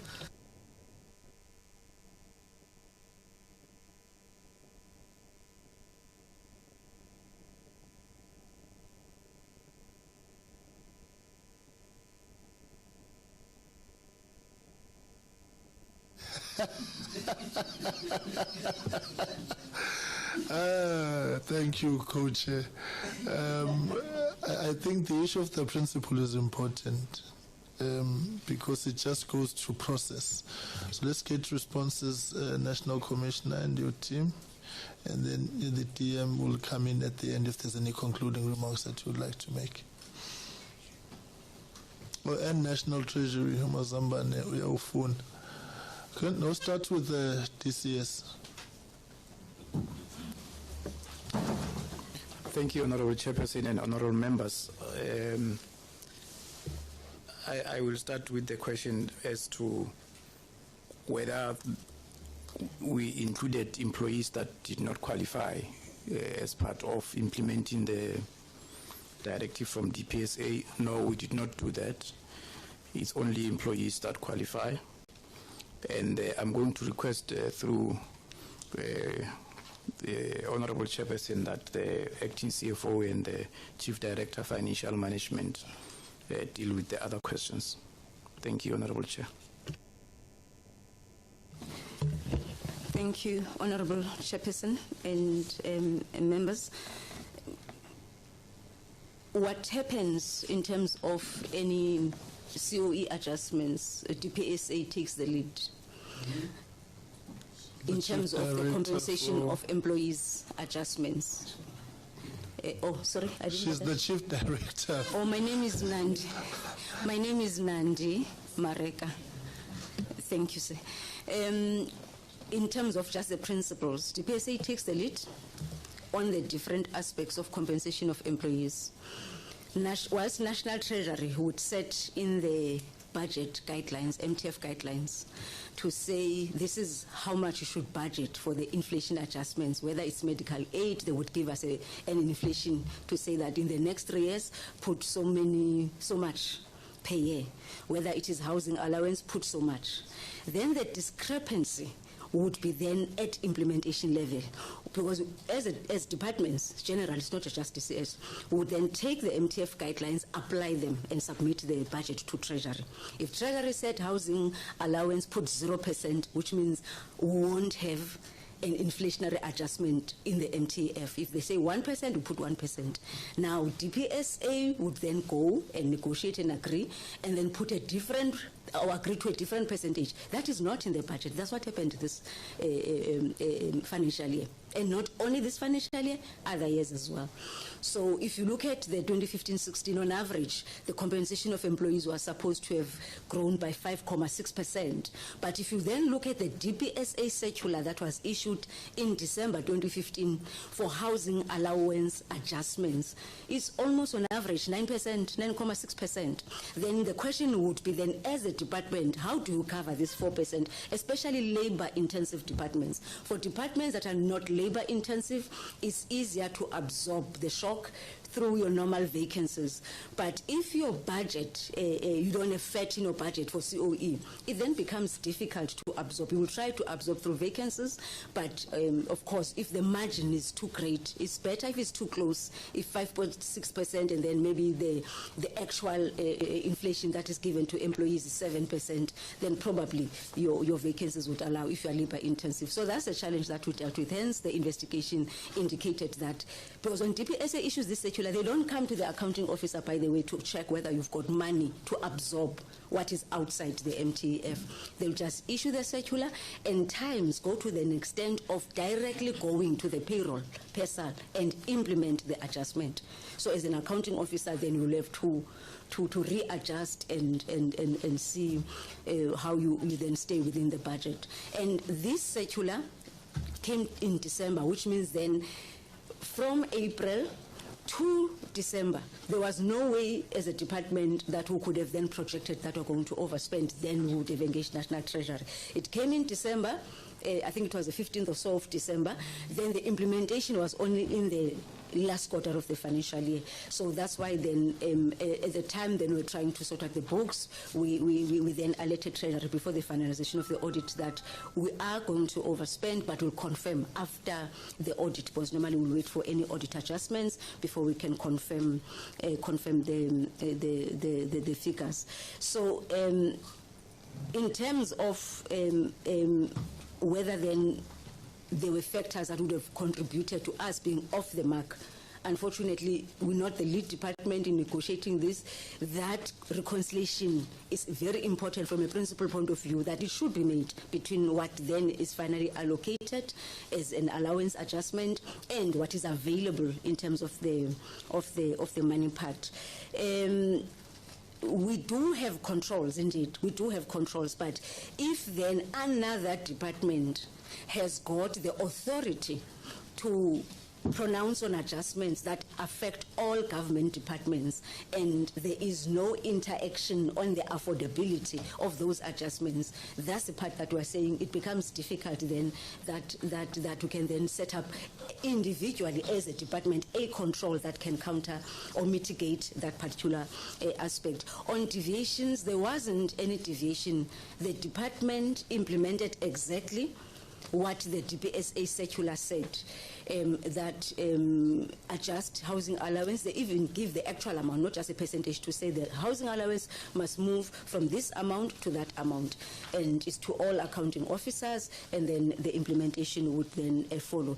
And only officials, as National Commissioner has indicated, that qualify, because it would give us then the parameters that this is only to homeowners, or does it also include those that are renting. So we did not deviate from the circular. The circular was implemented as such in the payroll of the department, but then there was this unintended consequence of us going over the budget. Whether then our HR is able to track such, yes. We, on a monthly basis, we review what we have a compensation of employees model that is reviewed with projections, just to look at our performance, what we're projecting, and if there's any circulars that come from DPSA, would then adjust our projections accordingly. So that's why then, Chair, we're saying our own controls on what is basically DCS main decisions that would have preventative controls and will be able to detect. But when it's coming outside our department, then it becomes then difficult. But what also contributed, because we overspent by 121,000, and there was a cut of 30 million in year against the same COE. Probably the timing issue as well. The cut happens during AE&E processes, October of 2015. DPSA issues a circular in December for implementation retrospective. In other words, effective, normally it's effective 1st of July of that particular year. I hope I've answered all relevant questions. Thank you, Chair. Okay, thank you very much. I think, colleagues, let's just take note of the DPSA-related management of such processes, because you will find that the latest adjustments, right, they might land us in this again, and the outcomes of the latest negotiations. So I think let's look at it so that we put it in the report as an observation insofar as how it's handled, because see, it may be beneficial that these things are timed. Again, I'm going to the PRRR process, because that's when budget adjustments are done, to give space to departments to factor in adjustments. They won't be also see, this is the, it's a consequence or a result of a decision taken elsewhere, which they must implement. It's not to absolve you per se, but it's an important observation that I think let's factor it in the report around how DPSA goes about implementation, because I'm just seeing something coming in December, and then it must be implemented, and what that may mean for processes. Honorable Hadebe, and then we'll come to any last question, so Inkosi can wrap up for I want clarity. If when the decision is taken, are you not given a leeway or time frame to adjust your finances accordingly in order for you to factor in the changes? The directive just says effective immediately, without understanding whether or not you are able to cover and absorb the changes. Surely there should be some allowances and a leeway for you to be able to effectively, within the prescripts of the law, to factor in those changes. Hence, I ask about the processes, procedure, and the principle that comes with that directive. It will be strange and a serious call for concern if such is not taken into cognizance when a directive is sent. Thank you, Chair. Somya. Well, thanks. I agree with you, Chair, that it goes across in terms of the instructing authority on these matters. But at the same time, the COE matter is very unmeasurable, is unpardonable. Because the flexibility is always there. Whether they're going to deal with matters of overtime or going to deal with all these areas which relate to over expense on your side. That's why I was asking the question which went directly to your personnel unit as to whether it had outlined some specific areas of intervention as far as this kind of instruction is concerned, because that's where we go around these matters. Making that example of my own personal involvement in these matters, that's another beneficiary behind you. You see, the DG of Transport, through our instructions which went to various departments on such areas. Personnel is an area where the actual management. I know those who would want to deal with those issues. They would say we have in terms of numbers, it's against our own clients and so forth. We can't move around those balances. So the fact of wanting to deal with this thing at times becomes a resistance to departments like your departments to just directly deal with these matters as they come. While I buy into what the chair, which is correct, is saying, the timing of these things is necessary, but at the same time, the responsibility of various, units in various departments becomes very, very critical in handling these kinds of matters. Going to what Honorable Hadebe was saying, so you have a responsibility to carry such kind of instructions. If the minister says there's no money to do ABC, you can't continue to do it. You must arrest it because it's going to eat on you in a manner which is going to be irregular, and you become irresponsible if you act outside such instances. It would be the case. Thanks, Chair. All right, let's get concluding remarks. National Commissioner. Thank you, Honorable Chairperson and Honorable Members. Yes, we agree, we take responsibility as the department when such determinations are made by National Treasury and DPSA. We are supposed to ensure through our financial systems that as we administer adjustments to our own budget versus allocations, we make provision for that. In this instance, the colleagues were explaining that we did not have space anymore to cater for the full amount, hence we landed with this 121,000 unauthorized expenditure. Towards the end of the financial year, before we close the books, we actually administer processes of passing journals and adjustments and making the point that we stay within the allocation as it were. Hence, we informed National Treasury in June, just before the audit was finalized, as the Deputy Commissioner Financial Management indicated. We reported that in as much as we have not yet finalized the audit, but our systems have already picked up that we are going to have this 121,000 over expenditure. So I thought I should explain that. And then also, Honorable Chairperson, the same process is actually taking place as it stands. We have a directive from DPSA on the same matter.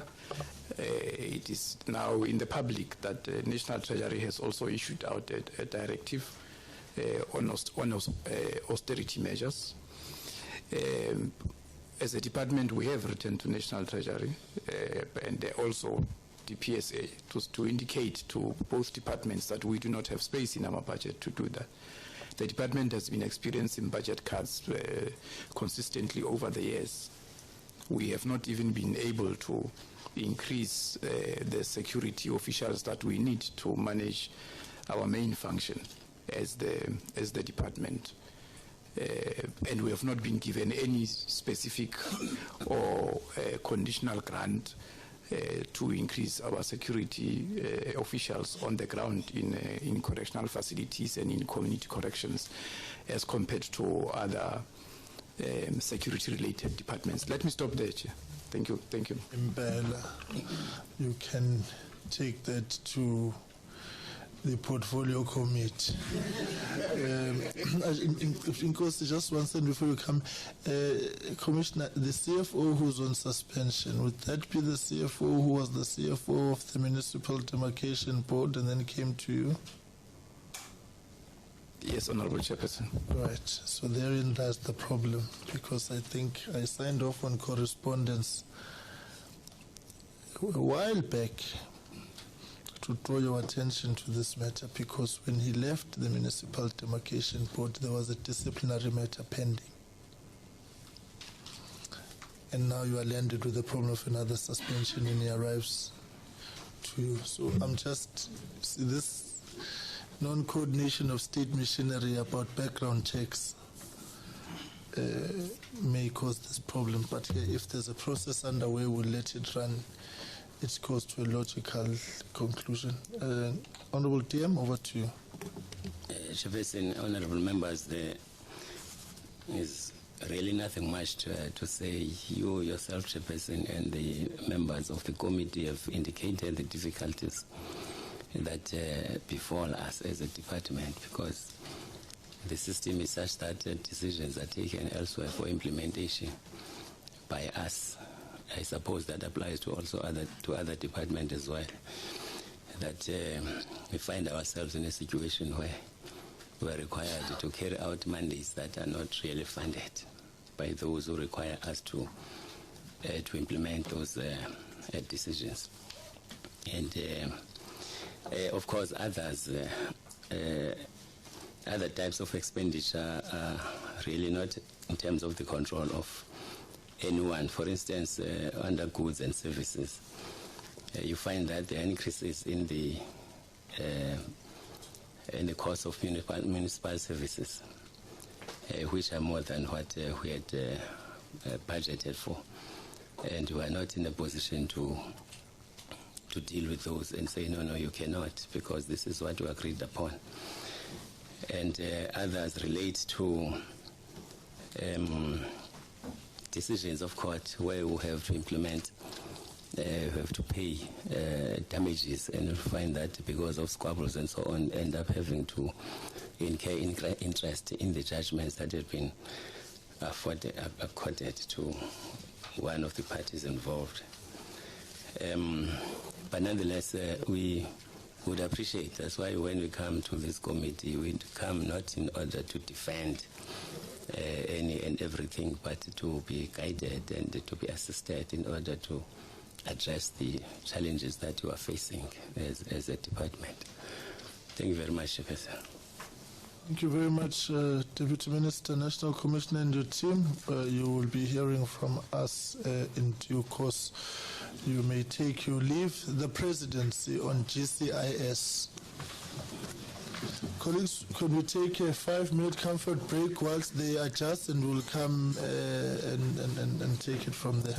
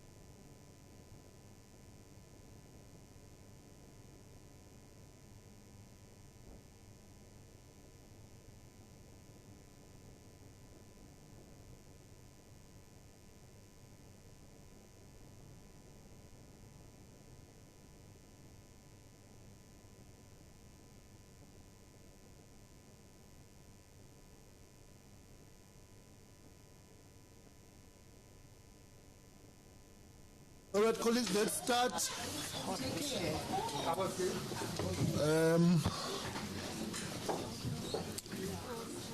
Let's welcome the Deputy Minister in the Presidency, the Acting DG of GCIS and her team.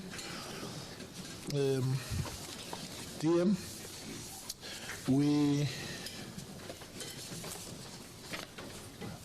you were rescued by Babu Son. As a disclaimer, that generally we are caring people, a caring committee, so that if in the event that tough questions arise, just know that we also have a sense of good in us. It's like the DCS 121. Look at the principle and not the amount of the goodness. Because on a serious note, we were not going to, we did not proceed yesterday in the absence of an executive member present, and Babu Somyo then found a compromise which said we can deal with you today. So better for you, basic education is not here, so you can take the so colleagues, the same will apply. We will go to now GCIS. Transport standby, you'll be next, and then we'll go to Umam Dolashi and the team. As the saying goes, the best comes last. DM, over to you.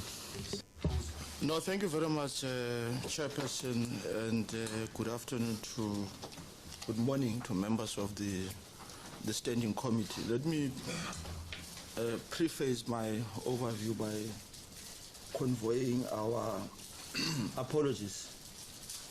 Unfortunately, due to circumstances beyond our control, none of us were able to make it yesterday.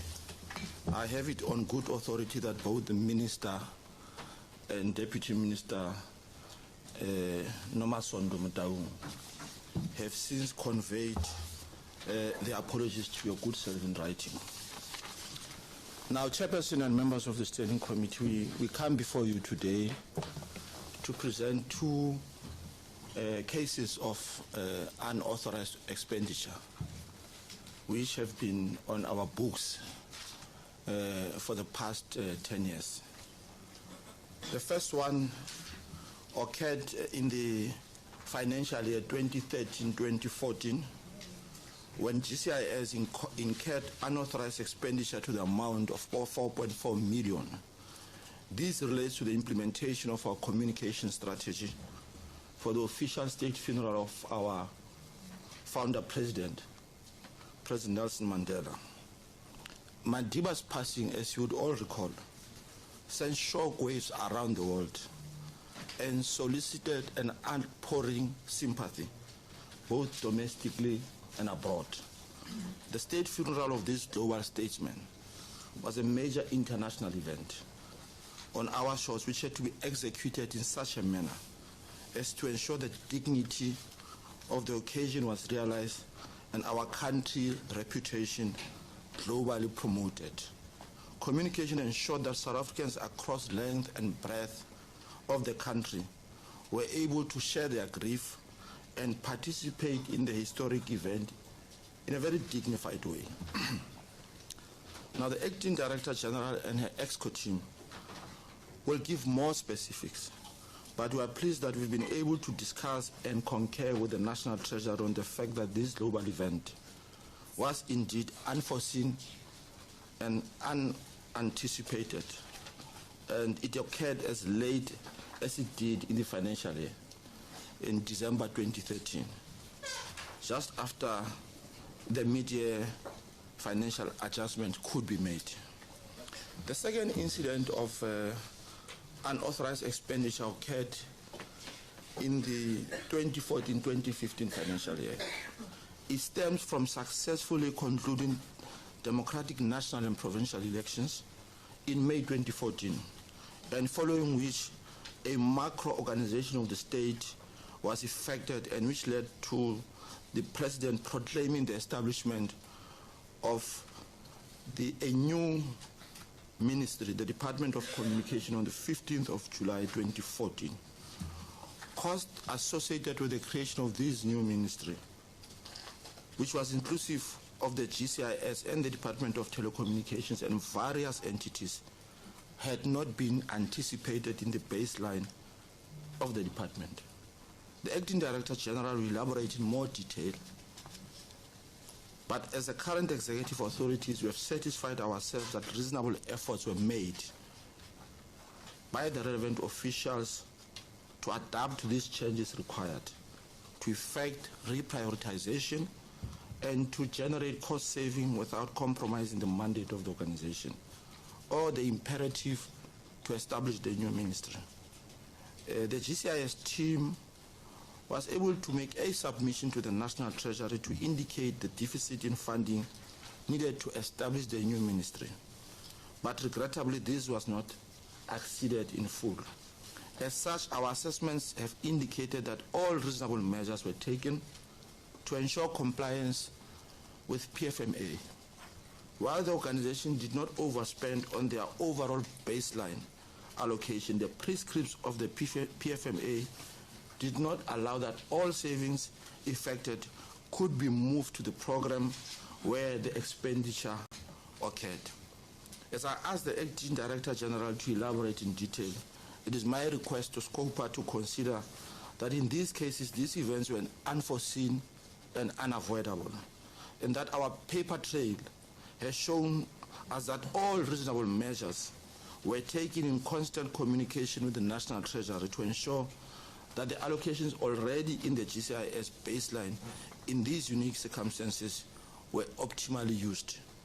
Delivered these initiatives well, but above all, were done with limited disruptions to service delivery. I thank you, Chair. Thank you much. Acting DG.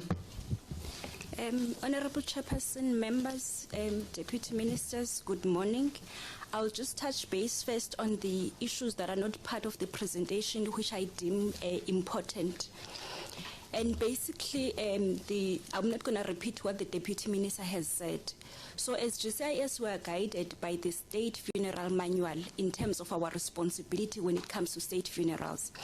And I'm just not going to also repeat the caliber of the person, the late President Mandela, in the funeral that we are talking about in the period under review. However, just to mention that the late President Mandela passed on the 5th of December, 2013, and the following day, as GCIS, we submitted in writing to National Treasury the estimated cost for the funeral, which were to the amount of 16 million at the time. And because it was already after the AENE, there was no process that process was going to be reopened. However, we were upfront with a National Treasury to say we have not budgeted for the funeral, and therefore the estimated costs are estimated to 16 million rands. On the 13th of January 2014, we then submitted the actual expenditure incurred in writing to National Treasury as well, which was around 13.7 million. And at that time, we had already received invoices to the point of 10.6 million. And because there was no allocation that came through from National Treasury, despite the verbal and the written communication, we then had to reprioritize our budget as GCIS, and we were able to absorb about 10.6 million, which then left for the particular year an amount of 3.7 million unfunded and therefore unauthorized.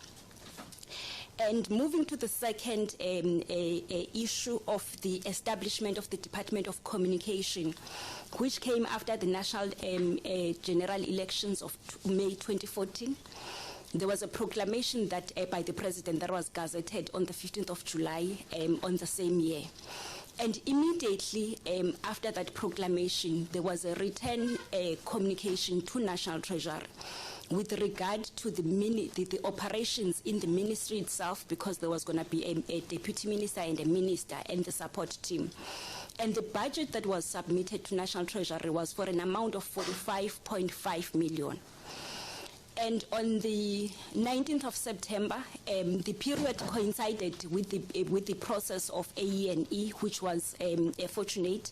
However, on the 19th of September, we were given a letter by National Treasury allocating us 12 million of the requested 45.5 million, which was just about 26% of the required budget to ensure that the ministry is fully operational. And therefore, during the period, there is communication and processes that are in place. We have found paper trail whereby the budget committee was able to monitor the expenditure in relation to the operations in the ministry. However, by the 23rd of March in the year 2015, there was a decision then to say, let there be shifts between the budgets, between the programs. Unfortunately, the Section 43 of PFMA that limits the shifts between the programs to a percentage of 8%. And therefore, based on that, it then resulted to an unauthorized expenditure of about 710,195 rands, which couldn't be shifted between the programs based on the fact that the ceiling of 8% was already reached. I will then allow the CFO to...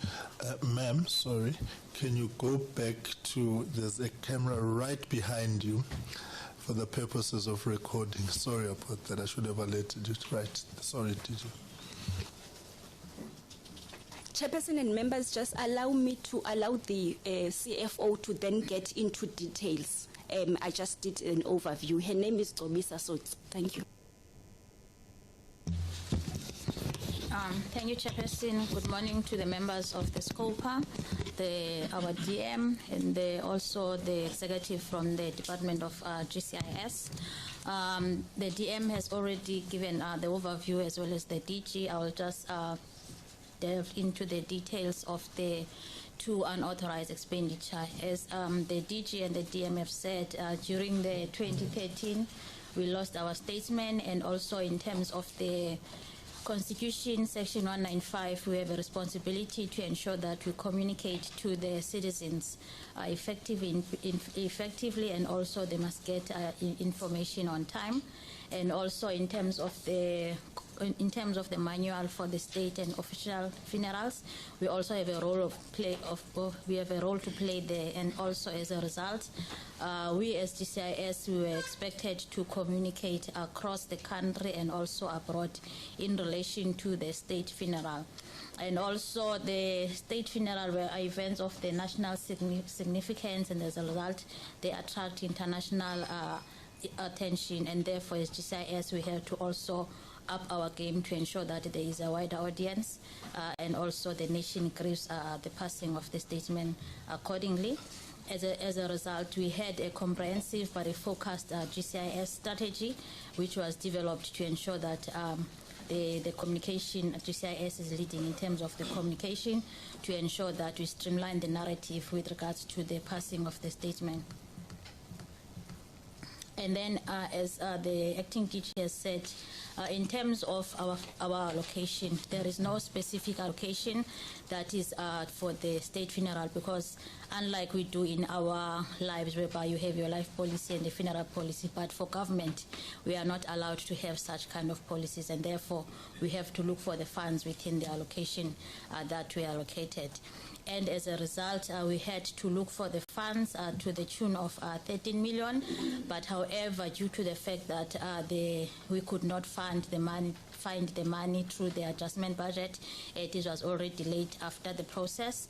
GCIS managed to spend 10.6 million, of which 3.7 of that amount went above the allocation that we had as an organization. And then the monies that were paid, as you would see from Program 3, they had to overspend by 2.3 million in terms of the funeral, and then Program 4, they overspent by 1.4. And then in terms of ensuring that there was value for money and delivery, these were the key milestones that the department achieved throughout the process. The state funeral took place in a dignified, coherent, and organized manner.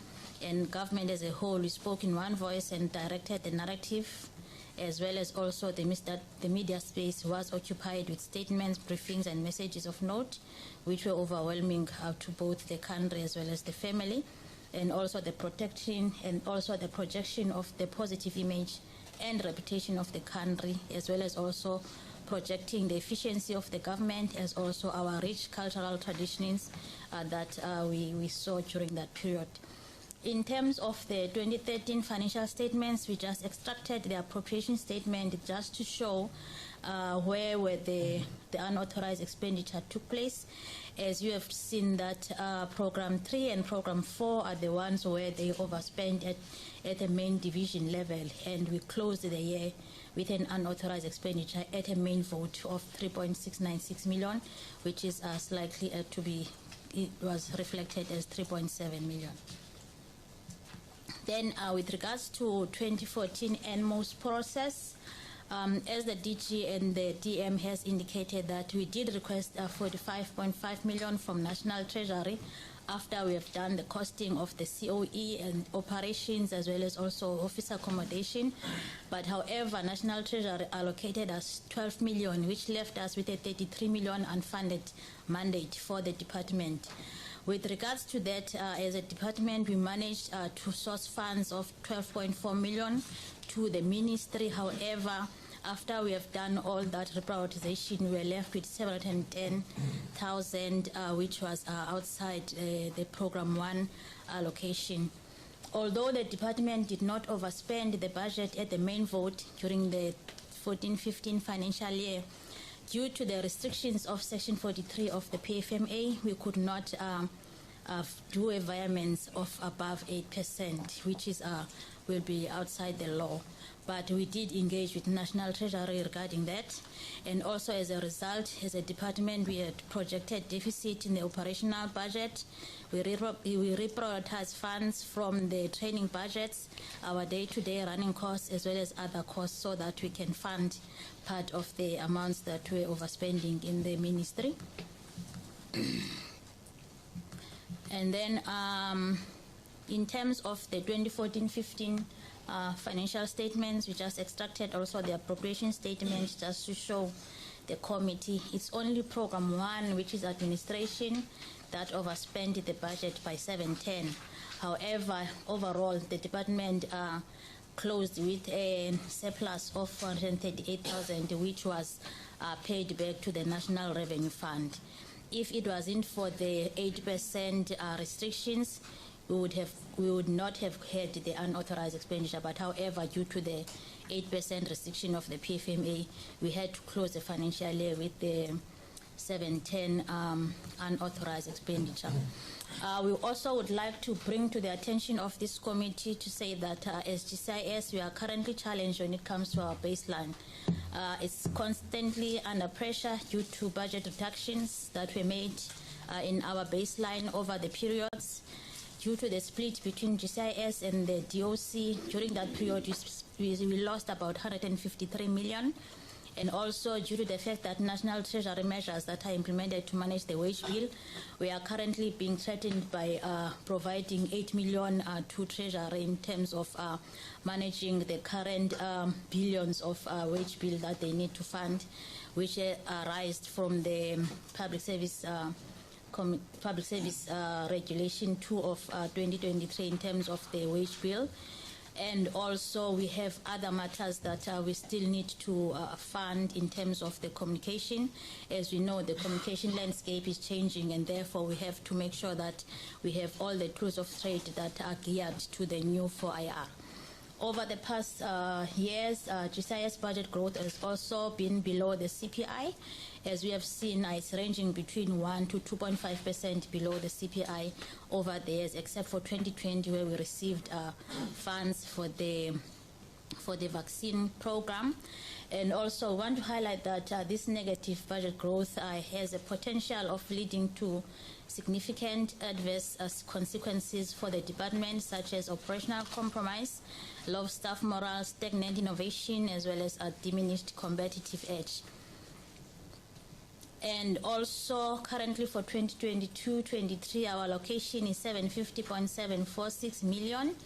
Of that, 256 is for the two entities, which is MDDA and Brand SA, which leaves us with a budget of 494 to run the head office, as well as the 9 provinces, as well as the district offices. And also, due to fiscal constraints, GCIS has had a negative budget growth over the years, which also resulted us to cut on key priorities like the Vukuzenzele copies, employee development and training, communication of APEX priorities, procurement of up-to-date equipment, as well as the implementation of key government message campaigns.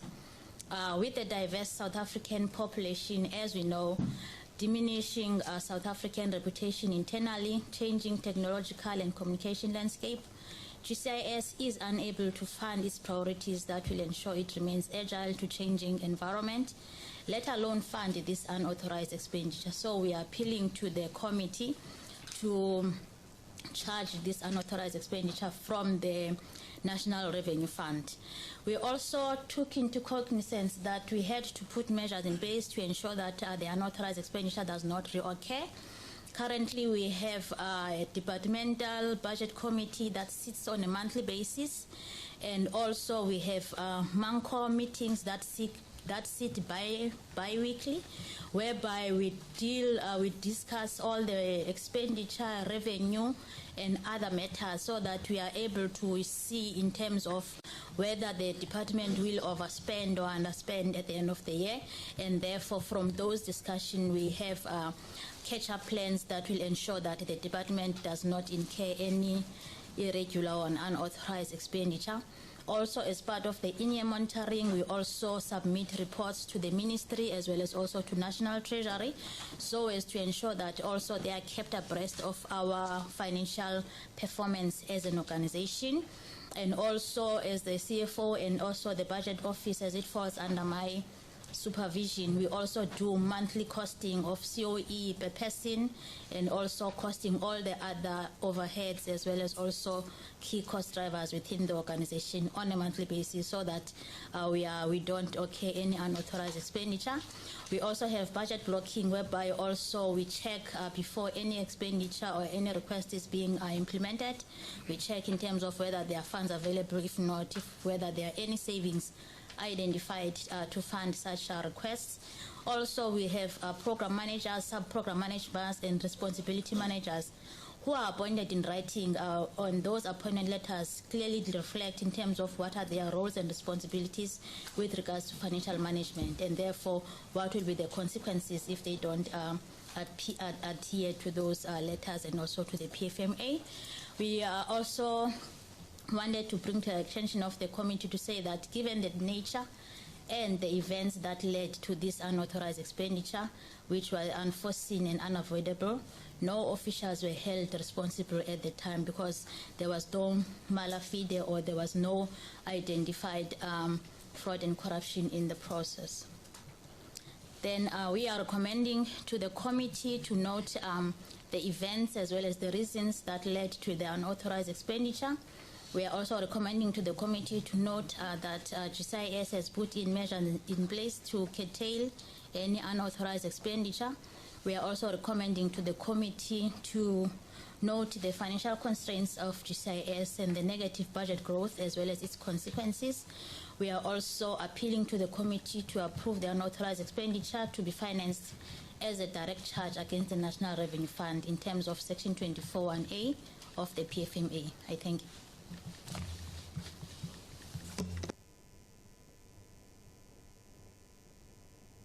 Right, thank you very much. Colleagues?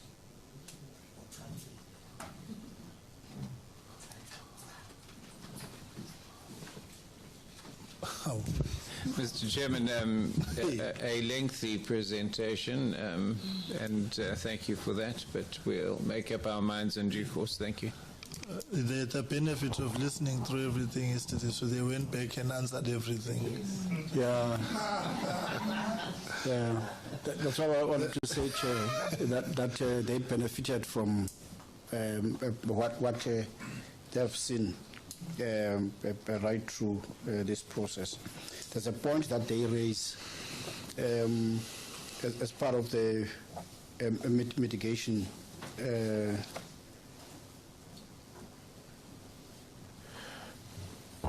There's a point which is part of mitigation that if ever you would have delayed the appointment of staff, you would have avoided this kind of a situation.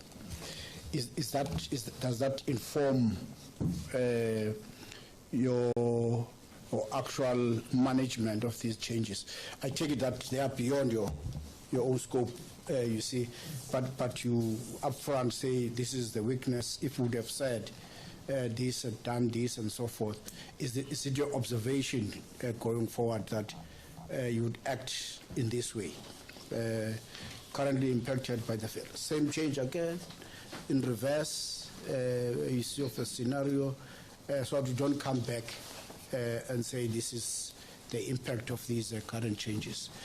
Nevertheless, this is a very clear plea on these things, which Honourable Lewis has reflected on, that it informs our ability to take a proper decision on the matters. Thank you very much, Chair. Right. I do think, DM, because there's a reference to the State Funeral Manual,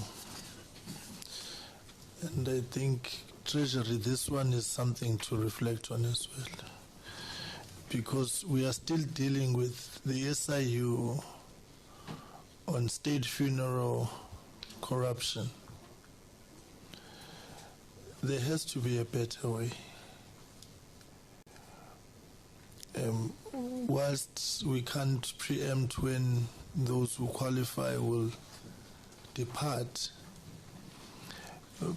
but there has to be some sort of contingency planning in the budget allocations of what I can term the line function departments who are responsible in one way or other for the significant elements of the state funerals from a budgetary point of view. So I think, because the question will arise is the State Funeral Manual in line with the PFMA, right? Or it's just a manual somewhere which places a particular burden and responsibility on these departments. You see, the acting DG makes a telling point in reference to Madiba passing on the 5th of December, and says the next day they had a budget proposal already. So on the 6th. So you can see that there's some sort of foresight and planning that they had actually done, which is, I suppose, part of the state funeral protocols is precisely for that reason. Because rightly or wrongly, these are conversations that quietly must be had, right? As part of planning. We've got 3 former presidents in the country. It's a given. When the time comes, it's this, right? There's no two ways about it, unless an extraordinary circumstance happens, right? So I'm going to the issue of contingency planning and a proactive step which says a centralized budget allocation operation insofar as the main functionaries or departments are concerned. So it would be GCIS, it would be Public Works, the SANDF, and so on and so forth. I think it's important from a logistical planning point of view to avoid this situation, because I sense at some point the Defence Force is going to come here with something. Public Works, and then to avoid what the SIU is now dealing with, because there has to be limits as well placed on this, right? It's not just we must not thrive on emotions. it has to be structured so that it's not open-ended. So I'm just placing it on the table to say I think it's something to be looked at. As my mother, who was a nurse, would say, prevention is better than cure. Because I'm just taking cue from what the acting DG has to say when she says the next day they had a plan and a budget. So those plans, what's the point of having the plan only for it to land you in unauthorized expenditure, right? So I think the Treasury, the State Funeral Manual, I think it must be reviewed and looked at parallel with the PFMA as to whether it's compliant, because it could very well be that it falls into emergency spending, which allows for particular flexibility while still following a particular due process and adherence to Section 217 of the Constitution. Otherwise, you see, the state funeral thing is not right, and it's not nice that we keep on having to go back to the Matiba funeral. I think it's insensitive. Today it's this department, tomorrow it's someone else. I don't think it's fair to families that this continues to be a subject of public discourse. So there has to be a better way, and I'm placing it to the presidency to work with Treasury and the other departments to reconstruct the outlook in a manner that doesn't land us in this kind of problems.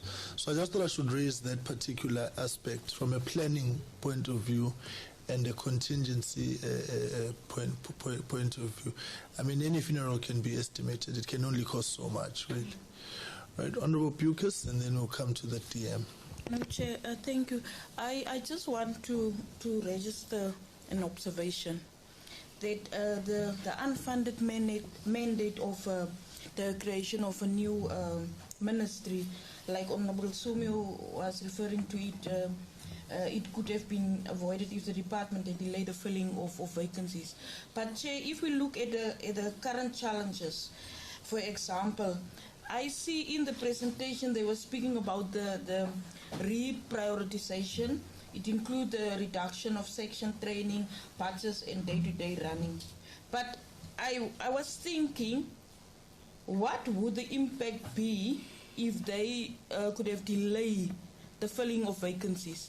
Because now we are sitting with the challenge of low staff morale, stagnant innovation, and diminished competitive edge. Like, we must not compromise the staff of anything, the moral of staff or the functioning of a department.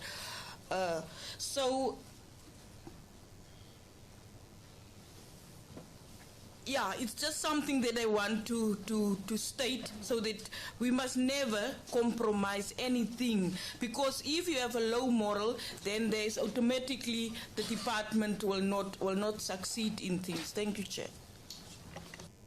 DM and your team, over to you. No. I think from the last sentiments, I think it was clear that we were caught between the rock and a hard place. But even listening to your inputs, Chair, and those of members of the Standing Committee, will take all the matters raised under advisement. We will continue to engage Treasury with respect to the manual of state funerals, and we will, I think, make proper determinations. We will also await on you to appropriately decide on the next course of action. Thanks. No, we will.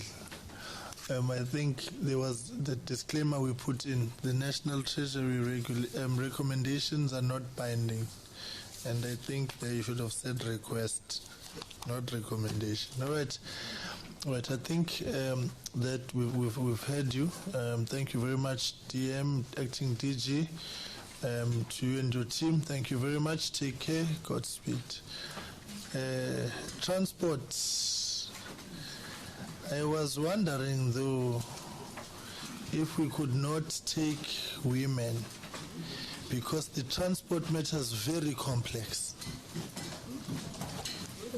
If UDM would allow, ngoba DM of transport, your RMT is very, very complicated. I've been having headaches thinking about it since June. I asked DM if I may prevail on you, because I think the Department of Women Matter, we can dispense with it quicker, and then we will with transport. It's a very, please. So your matter is far more complex, so that you don't have any pressures. I crave the indulgence of DOT, please. I think it's all about giving the previous member about committee preference.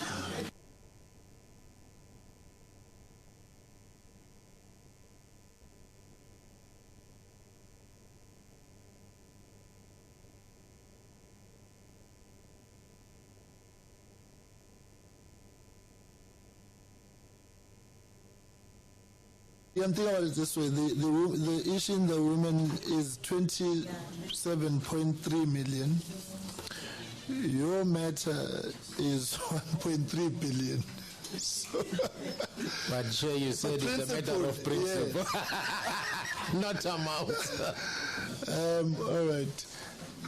Thank you very much, DM of Transport, for your understanding. Colleagues, let's dive right into it. Let's welcome the Deputy Minister, the Department of Women, Youth and People with Disabilities, for their submission to us this morning on their unauthorized expenditure, which dates to 2011-2012 to the amount of 27.3 million rands. DM, over to you for your opening remarks, and then we'll hand over to Advocate Maluleke. Okay, thank you very much, Honorable Chairperson, and good morning to you and honorable members, SCOPA staff, DG and her team. Thank you very much. Honorable Chair, I must first start by appreciating the opportunity given to us, the department, to come and present a clearer and consolidated report on the incidences that took place since as far as 2011-2012 financial year. We appreciate this opportunity, Chair, because we know for a fact that appearing before SCOPA and give the necessary information does, to an extent, assist the department to be able to learn going forward, but also to resolve the outstanding matters that we have been dealing with for the longest time. Chair, we are coming a long way as department because we are part of the department that we established very late after the dawn of democracy. And indeed, after it was put in place, it did function, but is not as good as we'd expect, as according to the rules that govern the fiscus of the Republic. Chair, we are coming with plus minus 34 million, which has been the fruitless and wasteful expenditure, and to an extent of having picked up by the AG. AG did its work and did put recommendation on what needed to be done. I might say, Chair, in earnest, the department tried to pull through because it was coming from a very difficult situation. We would know and note the fact that it is claiming, and we agree that it's underfunded, but it will be a problem when you claim to be underfunded, but you still embark on the fruitless and wasteful expenditure. However, a lot of work was put in place by the department in making sure that you avoid this to go without being dealt with, but also to make sure that we put a stop, to make sure that the leaks that were there, to an extent of non-accountability, is being addressed. Chair, I must say, as we are bringing this report before you, the department has moved from where it was at the time. It is now in a very better space, and to an extent we can be boasting to be one of those departments that comes up with clean audit. Today, I'm leading this department, Chair, with we hope we did receive the apology of our minister who's not well. However, we represent the department. The DG is here. We are not going to be that ignorant, Chair, to tell you that we're all not there at the time.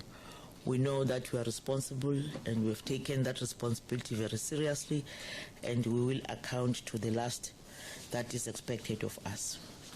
I must ensure you, Chair, that every time we need to appear before SCOPA, we'll do so, even if it's difficult. Today, we are bringing that feedback that is going to be quite exciting, not because we are proud of the mistakes that were committed, but we did in many times introduce the turnaround strategies, which to an extent they have worked. DG is going to speak into all those, Chair. I would really want to appreciate the time as well as the opportunity. We hope by the time we leave, we would have given more information for the department to be given that opportunity for the fruitless and wasteful expenditure to be condoned. Thank you so much, Chair. Over to DG. Well, thank you very much, DG. Over to you. I'm sure you've observed, your team has observed how we are dealing with all of this. Thank you. Thank you, Chairperson and all members of SCOPA, Minister in her absence, Deputy Minister, colleagues from the AG of South Africa, National Treasury, and colleagues from the Department of Women, Youth and Persons with Disabilities. Thank you very much for affording us the Department of Women, Youth and Persons with Disabilities an opportunity to present before this committee, as the Deputy Minister has said, because this was standing between us and the clean audit. We definitely should have received a clean audit, but we couldn't because there were things that were hanging over our shoulders. So thank you very much. I will give the context of the audit reports. She will present on what the department has done. During the 2011-2012 financial year, the department incurred unauthorized expenditure due to the reasons that will be provided to the committee. This was indicated by the Attorney General of South Africa as part of their management report for the department. Management provided a management comment, and the AGSA indicated that it will be followed up during the next financial year audit. A service provider was appointed to perform an investigation on the allegations which contributed to the incurrence of unauthorized expenditure. A report was issued and the recommendations were implemented. As there were no adequate support functions in place in the department, the National Treasury assisted the department with a turnaround strategy to ensure that there is no repeat finding on unauthorized expenditure in the department in subsequent financial years. It was evident that the turnaround strategy was effective as there was no unauthorized expenditure for the year 2013, 2014 and onwards. And the department has been getting an unqualified audit, even though with findings and whatever, but we've been getting an unqualified audit. Internal audit performed a determination of the facts of unauthorized expenditure to assist the department to confirm that the recommendations of the investigation report were implemented. The internal audit report has been submitted to SCOPA, and the Chief Audit Executive is present should he be required to present the report or to respond to any question related to that. During the 2015-2016 financial year, the department did incur unauthorized expenditure, but only on main divisions and not total overall overspending of the vote. The AG raised this as well as in their management report as such. Again, management provided a management comment on the report as indicated by the AG that it will follow up during the next financial year. The circumstances of unauthorized expenditure in 2011 and 2012 is not the same as the unauthorized expenditure in 2015 and 2016 and that of 2019 and 2020 financial year. In 2011 and 2012, it was over expenditure on appointment of personnel and on goods and services. But in 2015 and 16, it was based on the findings of arbitration which compelled the department to pay. Out of the audits performed by the AG during 2016-2017 until 2018-2019 financial years, there have not been any unauthorized expenditure identified because the department has been implementing financial controls to ensure that we do not repeat the findings of previously. However, during the 2019-2020 financial year, the department did incur unauthorized expenditure, but only on main divisions and not total overspending of the vote. The department stopped filling critical funded vacant posts subsequent to National Treasury declining the application for additional funds to the funding of the function of the Office of the Deputy Minister, which resulted in 2019, which resulted in the overspending because from 2014 to 2019, the department didn't have a deputy minister, but in 2019, the department was given a new deputy minister, so the department had to make sure that it capacitates the functioning of the deputy minister. This was to ensure that the compensation of employees' expenditure remains within the compensation of employees baseline allocation. However, when we stopped employing, when we stopped filling the funded vacancies, we already had an unauthorized expenditure. Because at that time we realized that the National Treasury was not going to fund the department for the new office of the Deputy Minister. As indicated, that I'm just giving an overall background, but the CFO will go into each detail. In the subsequent financial years, the expenditure linked to the Deputy Minister's function was absorbed within the baseline allocation of the department, as the requested funding was not approved by the National Treasury over the MTFF. How we did it, as indicated, that we stopped filling the funded posts and made sure that we fund the Office of the Deputy Minister. Internal audit performed a determination of the facts of unauthorized expenditure for the 2015 and 2016 and 2019-2020 financial years to assist the department to determine to establish the root causes of the unauthorized expenditure, whether there was negligence by officials linked to the unauthorized expenditure, and recommend appropriate action where applicable. The determination of facts report from internal audit revealed that there was no official. It revealed that no official is responsible due to the fact that the unauthorized expenditure were outside the control of the department. The determination of the facts were provided as part of supporting documents to the committee. The department requests a scoper to consider condoning this unauthorized expenditure with funding, mainly because the current allocation of the department over the MTF period is immensely constrained. In order to address the situation, the department relocated to a cheaper building and realized savings on office accommodation. These savings were, however, reprioritized to compensation of employees to mitigate against the thinly stretched human resource capacity.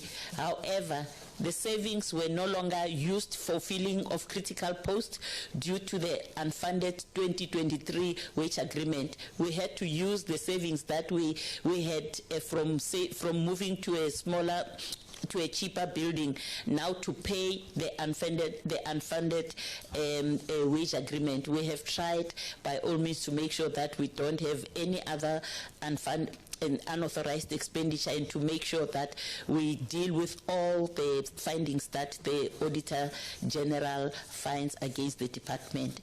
I would request the permission of the chairperson to give the CFO to present now on the actual unauthorized expenditure.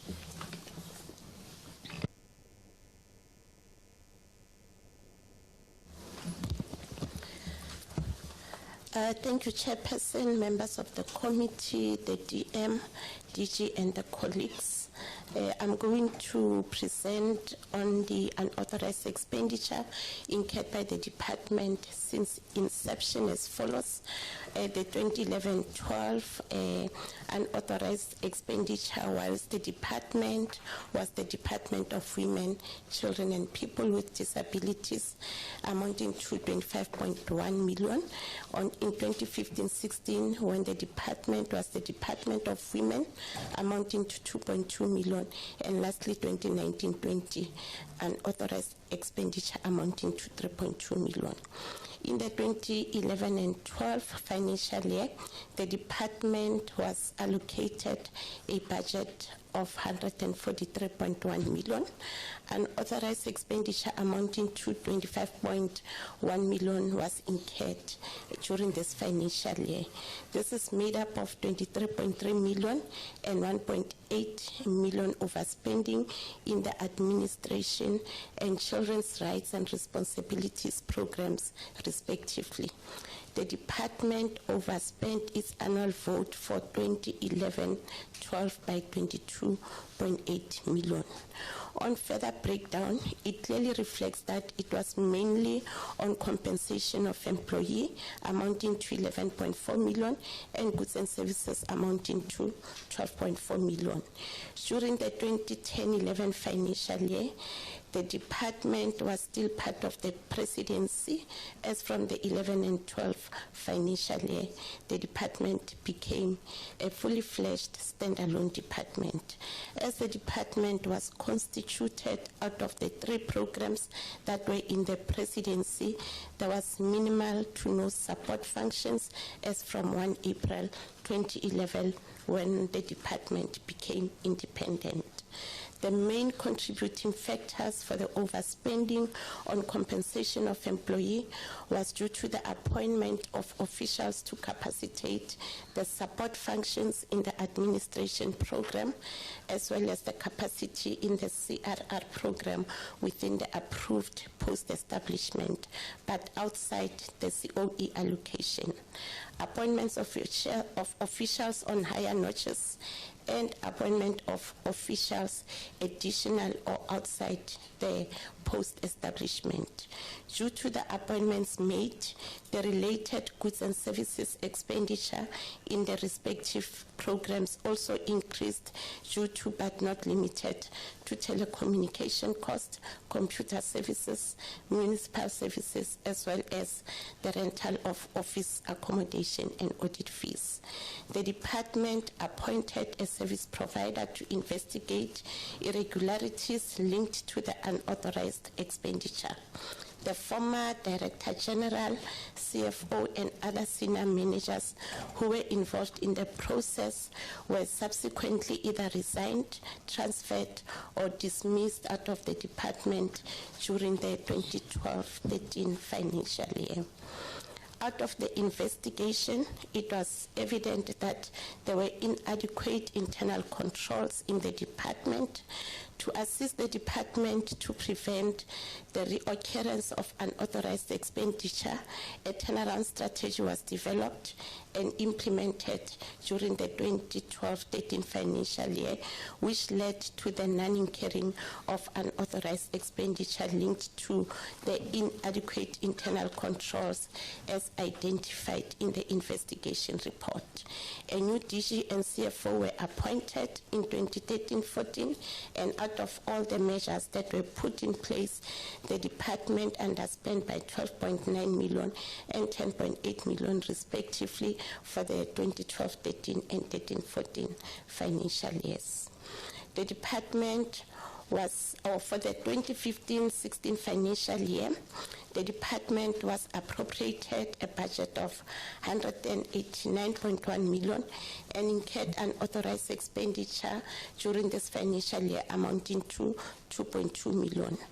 The overspending occurred on two main divisions, namely Program 1, Administration, and Program 3, Policy Stakeholder Coordination and Knowledge Management, and not on the main vote. The department reported underspending for the 2015-16 financial year amounting to 736,000 against the vote. On further breakdown of unauthorized expenditure, it clearly reflects that it was mainly on compensation of employee amounting to 1.9 million and goods and services amounting to 256,000.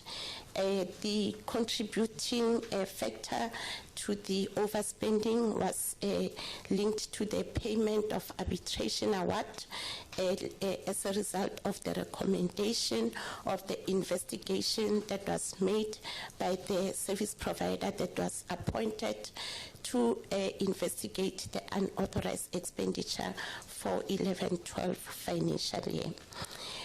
During the 11 and 12, the department appointed the service provider to investigate allegations linked to a reported unauthorized expenditure amounting to 25.1 million. The investigation report recommended that 8 officials be disciplined due to gross negligence in performing of their duties. The department dismissed some officials from the 8 that were implicated subsequent to the disciplinary proceedings as recommended by the service provider. 2 officials disputed the dismissal by initiating an arbitration process before the General Public Service Sectoral Coordinating Bargaining Council. The council found that the dismissal of the officials was substantively unfair and issued an arbitration award order in favor of the official. The council ordered the department to unconditionally reinstate the dismissed officials. The award also ordered the department to pay each official a full lump sum amount specified in the order for the period of unemployment. The officials were reinstated on 1 February 2015. There was also backdated payments of pay progression to the reinstated officials, which covered the 2012-13, 13-14, and 14-15 performance cycle that was paid in the 2015-16 financial year.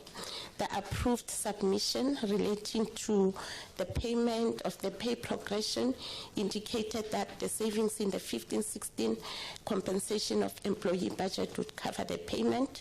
The expenditure relating to unconditionally reinstatement of the dismissed official was unforeseen, and the department is ordered by the council to pay each official a full lump sum amount specified in the order for all periods of unemployment.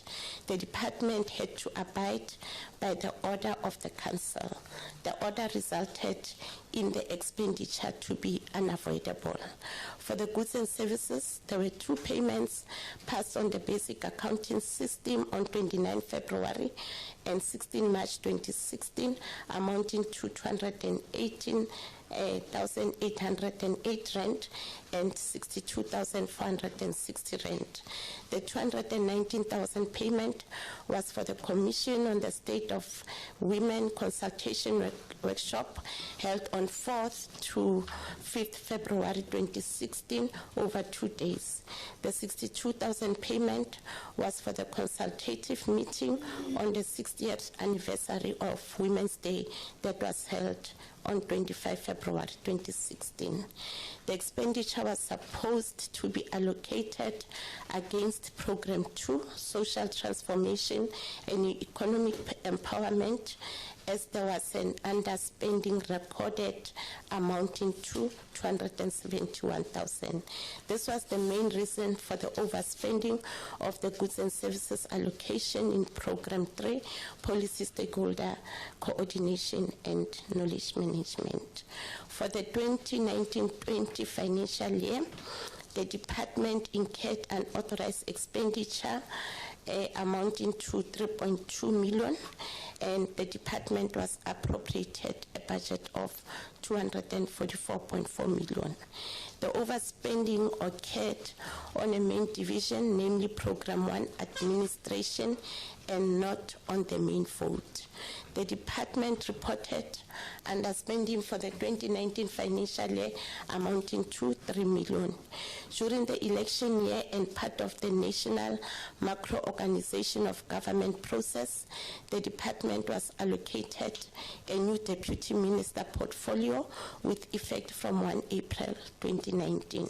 As part of the adjusted estimates of national expenditure process, the department requested additional funding to accommodate the new portfolio in the COE allocation, but the request was declined. The new deputy minister's portfolio had to be funded within the baseline allocation of the 2019-20 financial year. Based on the needs of the deputy minister in terms of establishing the new office, support staff had to be appointed in line with the ministerial handbook, and this created immense spending pressures both on COE and related goods and services. In addition, the reason for the overspending was due to the loss of office gratuity that was to be settled for the outgoing minister at that time. The department made an inquiry regarding the responsible for the payment of the loss of office gratuity to Parliament. It was indicated that because the person was the minister in the department, the expenditure must be incurred by the department. This was unforeseen and not provided for at the planning phase of the 2019-20 financial year, and the payment was made from the transfers and subsidies economic classification as required by the Standard Chart of Accounts. As part of the payments of leave gratuities, the support staff linked to the term of office of the then minister had also to be settled out of transfers and subsidies. This created an overspending on the transfer and subsidies economic classification, and through environment, funding had to be shifted from the compensation of employees to transfers and subsidies. Based on the environment, it created the overspending on COE budget in Program 1 Administration. Environments were done from the other programs, compensation of employee allocations at year end to clear the overspending limited to the 8% threshold as per the PFMA. Although there has been underspending in Program 3 under COE, the amount could not be shifted through environment as the underspent amount exceeded the 8% threshold. As indicated in the reason for the new portfolio in the ministry provided above, the bulk of the overspending in goods and services was incurred in office of the deputy minister, amounting to 1.2 million, linked to the functions and duties that were performed. The remaining 820,000 was linked to the minister's office spending pressures based on the needs and setup of the support staff of the new minister, which started on 1 April 2019. Thank you, Chairperson. you very much. DM, anything else?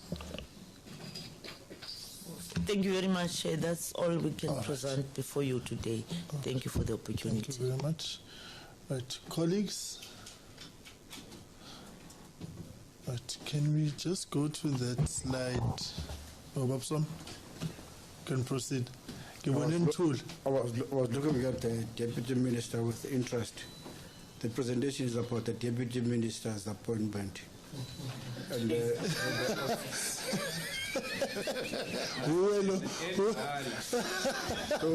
I was thinking, oh gosh, so it means Deputy Minister is a success and a fig.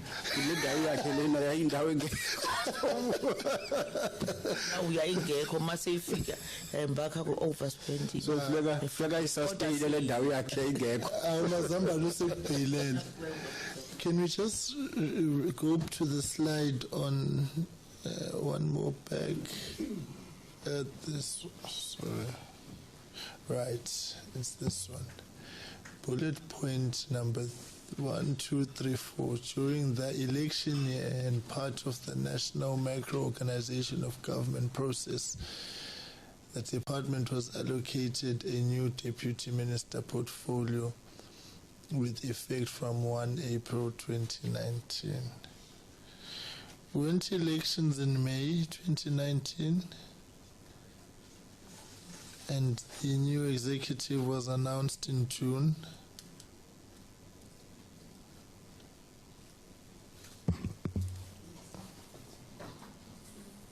Yes, I think we just looked at the calendar year, not just Okay, fair enough.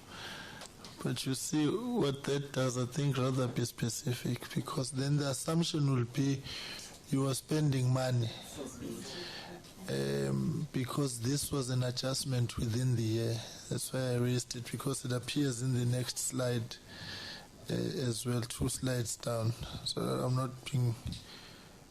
Yeah, see, the support of the new minister, which started on 1 April 2019. It's... Yeah, so I just thought I should correct that for the purposes of the record. All right, colleagues, are you fine? Ngiyabonakala nifika nomuntu osazi ukuthi sifunani. Yeah, all right. No, I think we have heard you, and we will come back to you once we conclude on this process. Probably within 4 weeks from now, because this Tombi just keeps piling on the work, colleagues. We are at 11, we are back for more unauthorized expenditure. Yeah, so all right, thank you very much, Madam DM. Any concluding remarks on your side since we are done? Once again, thank you very much, Honorable Chairperson and the committee. We really appreciate the opportunity presented to us. We commit that as we are really, at least in a very good space now, we'll make sure that we sustain that so that we come here just for formalities. Thank you so much, Honorable Chair. Thank you very much, DM and your team. Madam DG and your team, thank you very much. Take care, Godspeed. Right, thank you, DM of Transport. So the transport matter is 2013, 14, 14, 15, 16, 17, 768 million rands, 392 million rands, 177 million rands, respectively, for all those years. It's the complication around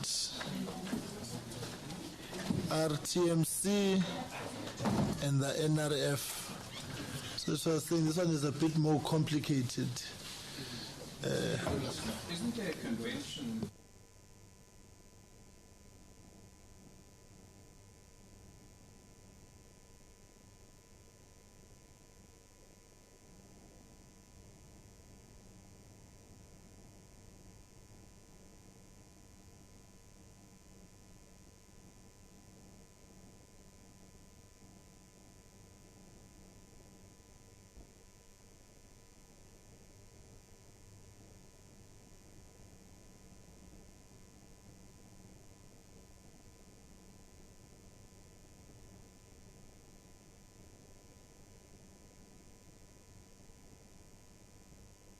DM of Transport, thank you very much for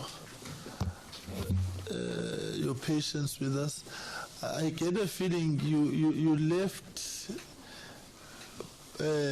Parliament, but you are here quite often. You are coming. If it's not PRASA, it's REF. If it's not REF, it's unauthorized expenditure. What's next? All right.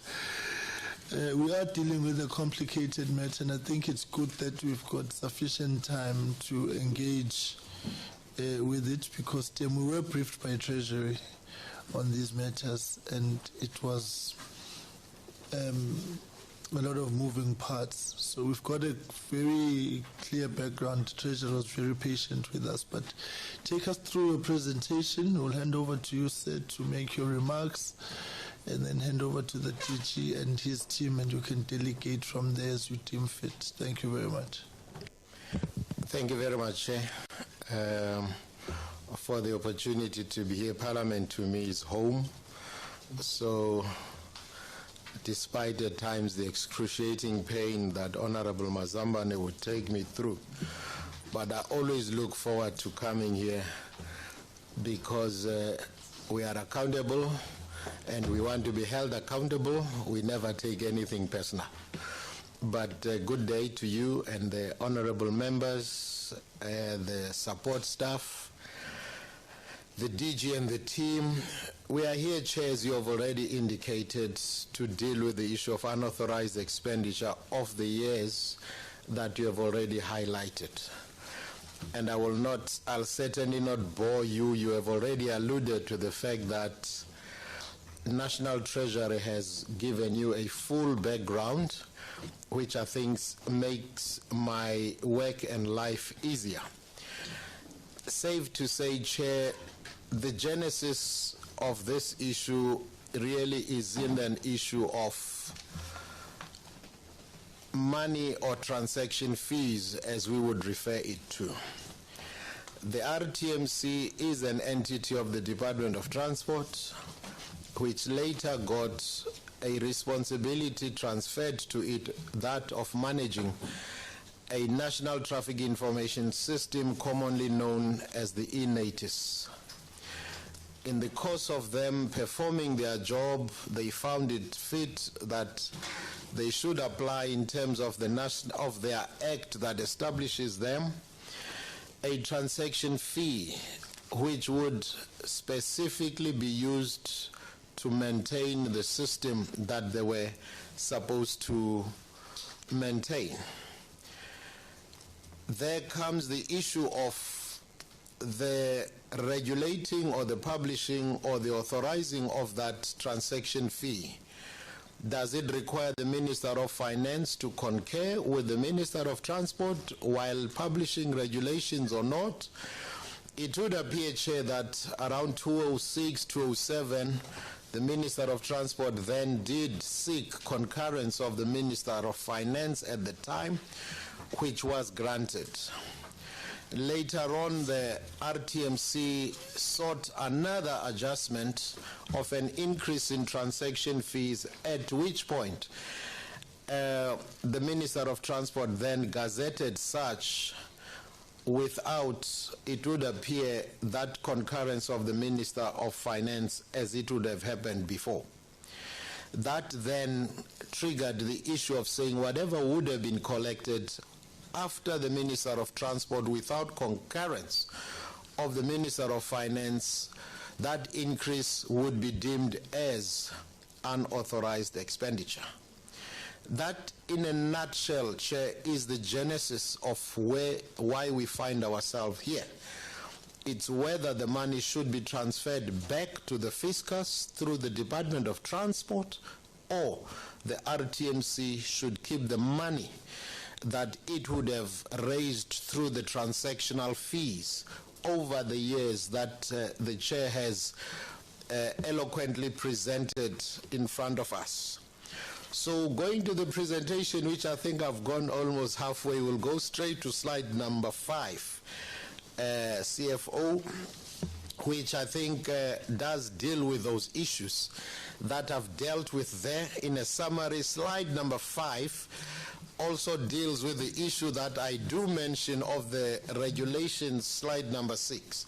The regulations that the minister would have issued, and the issue then became there was no concurrence by the Minister of Finance. Now, if you go to slide number 7, this is when then the actual stopping of the money back to the fiscus through the Department of Transport begins to happen, which then, as I said, triggers this whole issue of unauthorized expenditure. To say, should the RTMC keep the money? RTMC says, yes, we should keep it because the Minister of Transport had issued the regulations. National Treasury says, no, the national regulations should have not been issued without the concurrence of the Minister of Finance, as it had done in a previous occasion. When we go to slide 8, we then say the obvious, which is what the committee we are appearing before today would have done in terms of their interaction with National Treasury, which, as Chair said, obviously the committee is fully aware of, and which has brought us here. Now, if I specifically on slide number 9, the last second bullet, it specifically says, however, that recommendation of National Treasury to SCOPA does not recommend condonement, since the revenue for transaction fees is still collected by RTMC, and condonement will contravene the user pay principle. That for me is one of the issues that will sincerely be seeking SCOPA's indulgence and guidance when it relates to that. But I'm sure when we get to our recommendation, it will maybe assist, or our request, our prayer to yourselves. In slide number 10, we begin to break down how we came about the plus minus 1.4 billion rand, which is already explained in terms of all those particular years and the process thereof. That takes us into slide number 11, again with the years and the amounts. And slide number 9, Chair and honorable members, really puts forward our prayer to yourselves that the unauthorized expenditure be set off against transaction fees as appropriated by Parliament. The predicament we find ourselves in as a department is that if we were to say this, all of this money must be taken back to the department, the vote, if that were to be the case, we will literally say the RTMC must close down if we compare to what they are getting as transfers on an annual basis from the department in terms of their support. Chairperson, I took the advantage of assuming and knowing that there is always thoroughness in this committee to read and prepare all these presentations, and therefore I took those areas to take you through the presentation, which also started by my remarks. And this is our presentation, Chairperson. The DG is here and the CFO in support. Obviously, in us responding, we didn't think it was necessary for all of us to talk through all this thing, like Mazambane would have preferred, Honorable Mazambane, but just to go straight up on it all. Thank you, Chairperson. The bromance. All right, no, thank you very much, DM, for the presentation. Colleagues, Mazamban, standard. Yeah, thank you, Mr. Chairman. I won't make any silly comments this time around. Mr. Chairman, we're dealing with unauthorized expenditure, historical unauthorized expenditure. What I'm battling to get my mind around is what the status of this relationship is right now. Is who's paying the service provider, or is that contract cancelled? Or are we going to face the same thing again next year or this year with, because the last one I think listed here by the DM, I think is 2019, is it? So it's quite recent. I just need to get my head around that. So that's really all I need. Thanks, Mr. Chair. Well, colleagues, yeah, there's a slide 7, I think.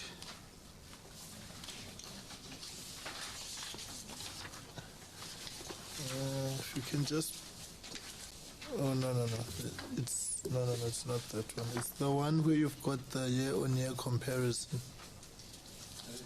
11. All right. Yes, this is the one. What did you do right in 15-16? Because that's quite telling, right? That right in the middle of this thing, and then in 15-16, there's nothing, and then it resumes again. I think that may provide a particular insight for us. Let's take those two questions and we'll come back. How many members, I think, Basa? Chair, thank you very much. With your permission, could I ask the CFO just to respond to those two specific questions? Thank you, Chair.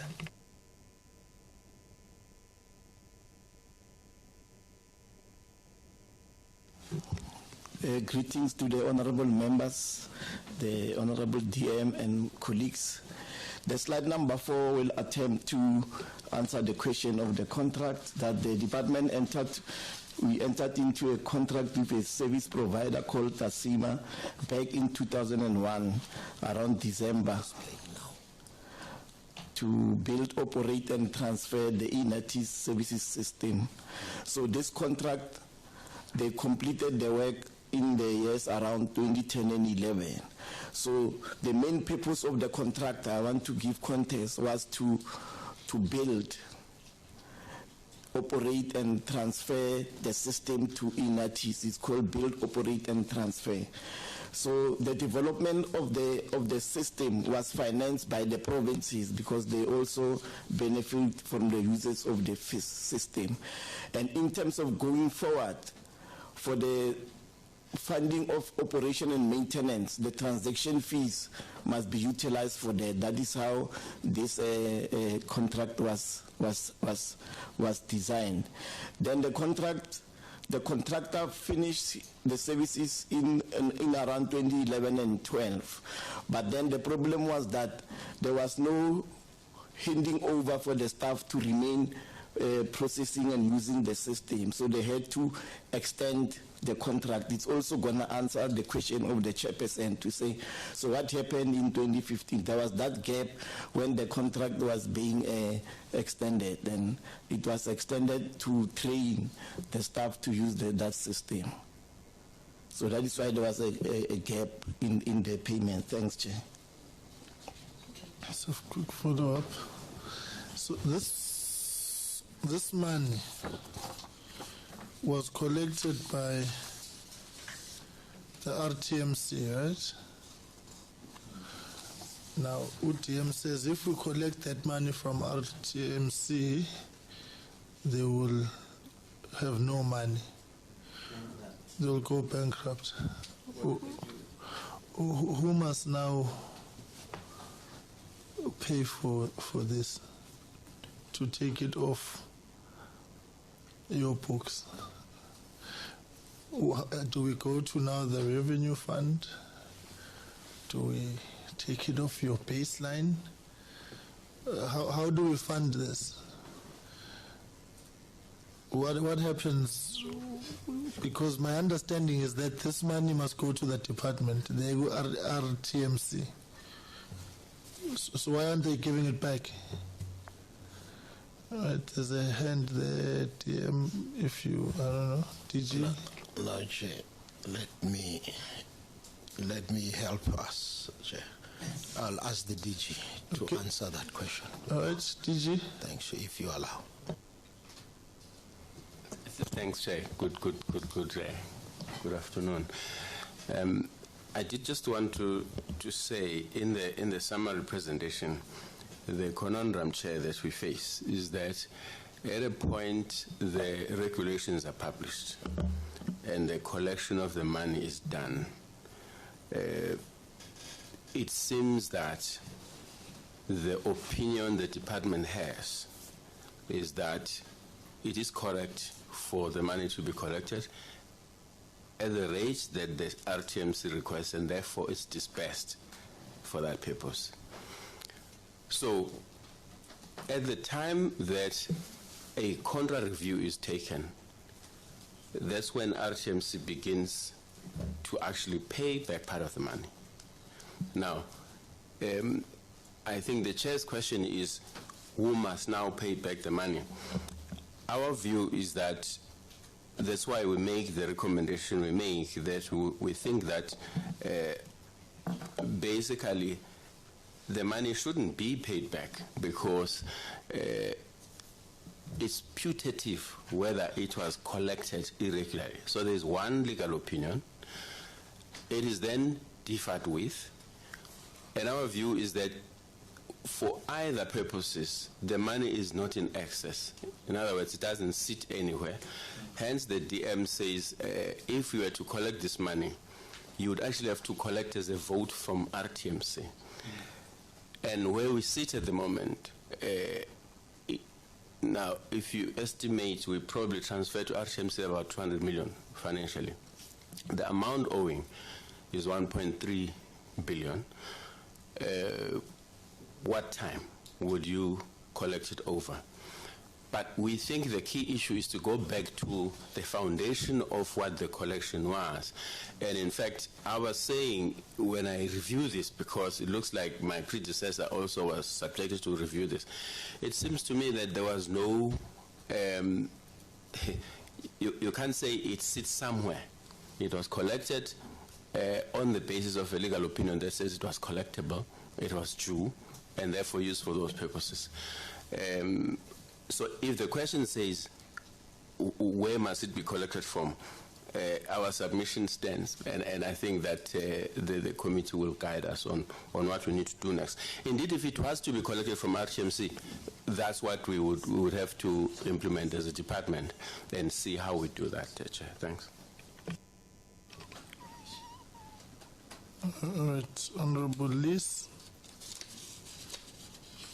Mr. Chairman, I would request that we put aside the legal opinions and everything else. Just look at the rands and cents. So my question would be, and as I understand it, the RTMC collected money, right? Forget about on what basis, legally, illegally, irregularly, they collected money. What did they do with that money?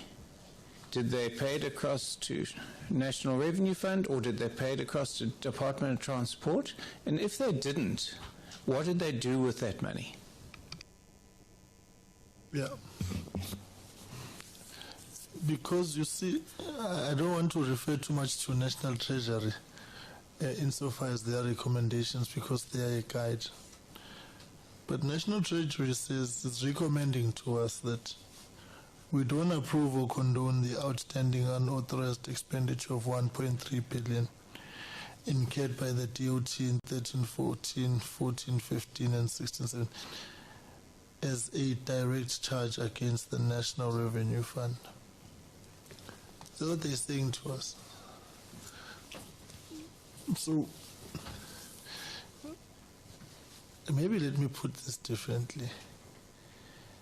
In terms of process, the alpha and omega of this process, when the money is collected, what must happen?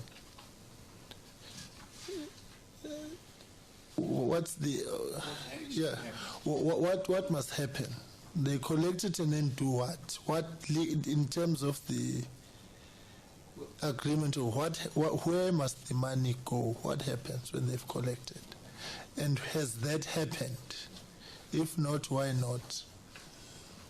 DM? And Mr. Chairman, what actually happened? Yeah. Thank you very much, Chair. I think it's very pertinent. I will start, and if I leave anything, the CFO will help me here. On that slide, slide number 6, third bullet, RTMC paid the transaction fees collected to the department since the contract with the service provider was still under the department. So there was a time where the RTMC, because it is them who collect this money, they would then pay over to the department. The next bullet says the funds were appropriated as self-funding, deposited funds into the National Revenue Fund via the department. Now, we continue then to the next bullet slide, which is slide number 7, which says during the 2012-13 fund, the RTMC stopped paying the revenue collected from transaction fees over to the and viewed this as its own revenue raised in terms of this act. Therefore, then the RTMC would then use whatever is left over for its own operations. And I hope that is as direct a response as I can give to the question. So the transaction fees, because as long as you interact with e-NATIS, with whichever transaction you are doing, and wherever there is a regulated transaction fee to be made, that money continues to be collected. But it is then used within the RTMC. And now going back again to what the DG helped me here respond is that we are saying if 1.4 billion rand, give or take, we were to say, okay, give it all, we don't think it will help them or sustain them going forward. And the question would be,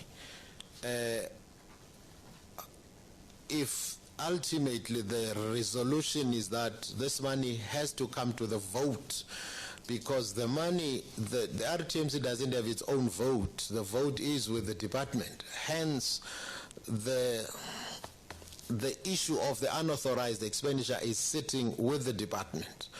And therefore, it has got a responsibility to account for that money.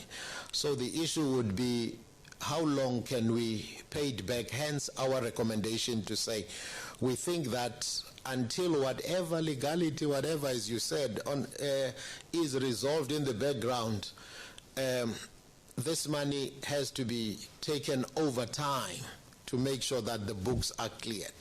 And I hope, Chair, I've answered that. Thank you. So, just a quick follow-up, and thank you very much, Minister. So they collected the money in 2012-13. They stopped paying it across, but they didn't pay the contract fee. That continued to be paid by the department, and they used the money for purposes it wasn't intended for. Am I understanding that correctly? That's not my understanding, through you, Chair, but maybe the CFO can assist me. My understanding is that what they would do first is to pay for the e-NATIS contractor and the operations so that the e-NATIS is fully functional. Whatever then is extra that ordinarily would have been paid back to the department then is retained and used for the general operations. I don't know if CFO, through you, Chair, have I presented it correctly? You just read that into the record, say that into the records. Yes, Deputy Minister. Is RTMC here today? Oh, all right. Okay. Just before they come in, can I just get a clarity? That slide there, are you in agreement with the view which says, and view this as its own revenue raised in terms of the Act? The department, in slide 7, and then we'll go to RTMC.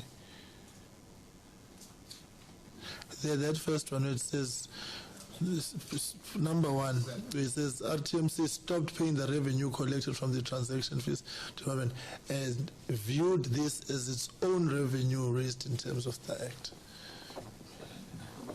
Okay. We'll come to oops, these acronyms to R. We'll come to R just now. Not Lady R, though. Okay. I just want to understand from the department. Do you share that view? Chair, this is the view. This is the department's position, and this is the department's presentation to SCOPA on record. Okay. So, no, what I'm asking, ATM, is do you share the view that RTMC, when they say they viewed this as their own revenue in terms of the Act? Because I think that's the nub of the issue. Then we'll come to Mazonda. Just stand by our DG. Given the history of the matter and the facts that were there at the time, I can't say that they were wrong, because you have to consider what they have done before and their position in that financial year. And I know that honorable members have said we must stay away from the legalities. But in fact, there was a legal basis on why we came to that understanding and why we would take this position as a department chair. So the answer is yes. I think this is stay away from the legal opinions. So to be correct, the legal opinions. That's my last one, and then we'll go to... Mr. Chairman, thank you, Minister, for your clarity and for the CFO for the clarity. So the money was collected by RMT or whatever, and they first of all paid the contractor, and then they kept the remaining balance and used it as their own income. I understand that. That's great understanding. But then, if that is the case, how did the unauthorized expenditure occur in the department's books? That what was it for if the RMTC had already paid the contractor? How did these amounts arise? You see, I'm Dorf. I'm sorry if I'm not understanding fully. DM. Thank you, Chair. The unauthorized expenditure issue arises because, according to National Treasury, anything extra to what would have been paid for the upkeep of E-Natis must come back to the vote, National Revenue Fund through the department. Now, as long as the Department of Transport, which is the vote, has not accounted for this money coming back, it is now unauthorized in that context. Thank you, Chair. Thank you very much, and thank you. All right.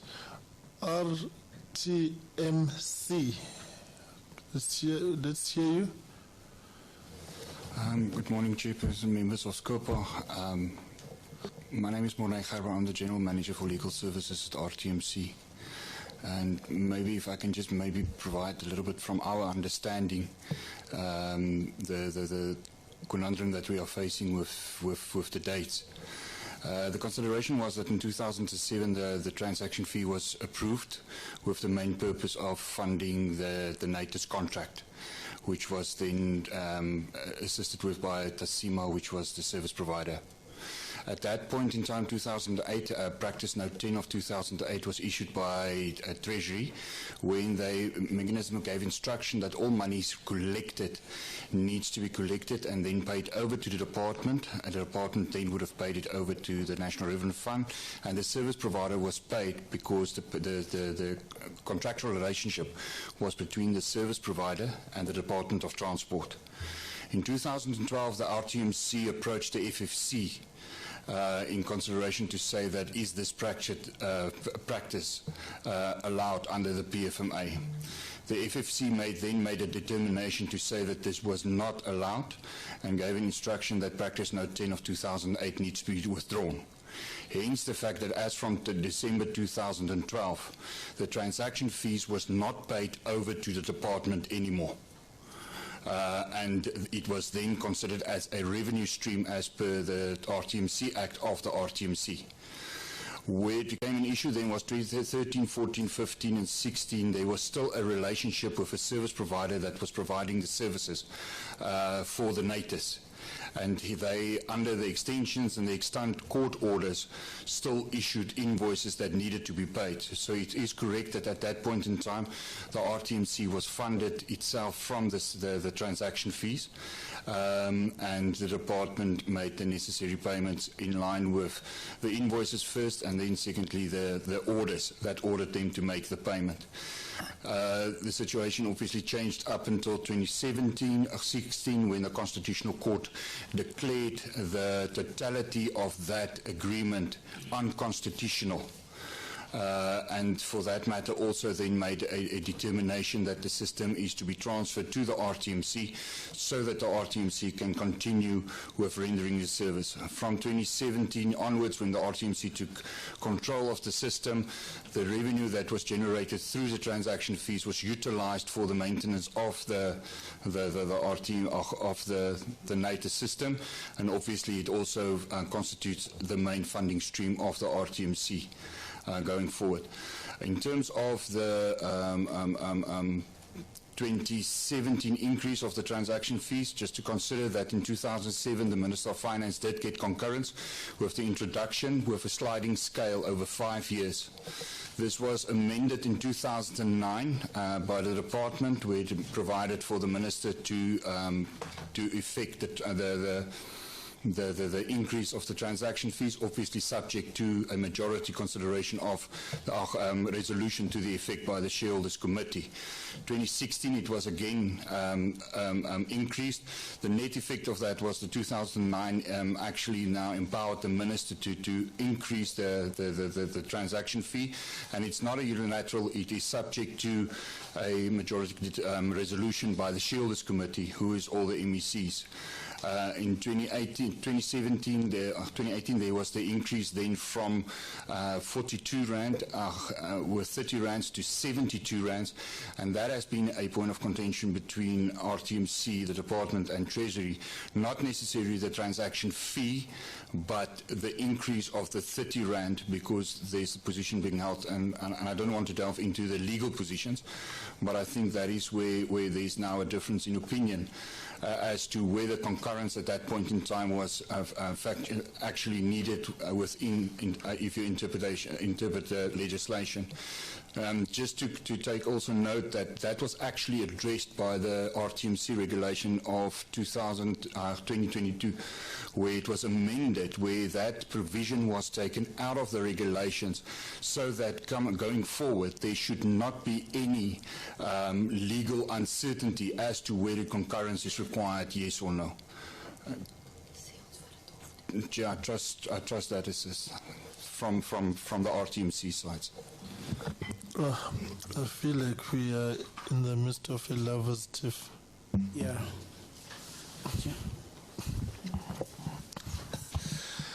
Babu Sami. Yes, you know, in a sense of not being left dumb in the situation. What dealing with some form of authorizing some irregularity in a way. But the primacy of the matter, as I look into it, it's a baby and a parent, a body, a tip of some kind. And if that is the case, today is the matter of funding, the collection, the returns, and the right, and the actual fee to the national fiscus, and then the Constitutional Court judgment on the matters which settle the whole thing. But the question for me still stands. In Dogabandi, you see, putting it on my own language. So when we establish this, the purpose, the sustenance, and the parent organ, which means the Department of Transport in this instance, and the National Treasury in terms of the revenue fund, what is it that you are dealing with? a year, Director General. If you can help me.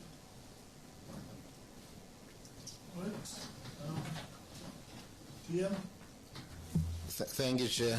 Treasury, just stand by. National Treasury loading. Chair, that is why I tried to attempt at the end of the day to paint a picture of what the genesis is here. And I said, and I repeat, it's about money that has to be paid back to Department of Transport. That's according to National Treasury. And the reason thereof is that National Treasury, in one of the transactional increases, did not give concurrence on that. So that money, therefore, according to National Treasury, constitutes unauthorized expenditure. Now, that's why the reason I said, but one has to respect that SCOPA is SCOPA, so that we don't have too many messages. There is one accounting authority in the department, is the Director General, who takes that position. But of course, SCOPA can ask anybody, anytime, anything to satisfy themselves. So the issue is the money has not disappeared anywhere. It is there, it has been used. But this money should have been accounted for by the Department of Transport, which it has not, therefore attracting the unauthorized expenditure tag. And for us, that is really the crux of the matter, you know. Hence our recommendation that says, notwithstanding anything else, and again, Chair said National Treasury is loading. If indeed what we are presenting is the view of National Treasury, it would be clear then that we have to get guidance or direction in terms of get your money back, how do you get it back, or can it be written off? I don't think so, that type of thing. So that is where it is at. And I don't want it to appear as a mother and child and all those things, because at the end of the day, there's one Department of Transport. One. Minister is Minister Chikunga. The Director General is Advocate James Mulau. And those people must ultimately be held accountable and give the answers. The RTMC is an entity, is a corporation amongst provinces and SALGA and so forth. That is undisputed. But the arising of the unauthorized expenditure, it's because the vote, which is led by this man on my left, is not able to account for this money. And for us, that is where our focus has been, through you, Chairperson.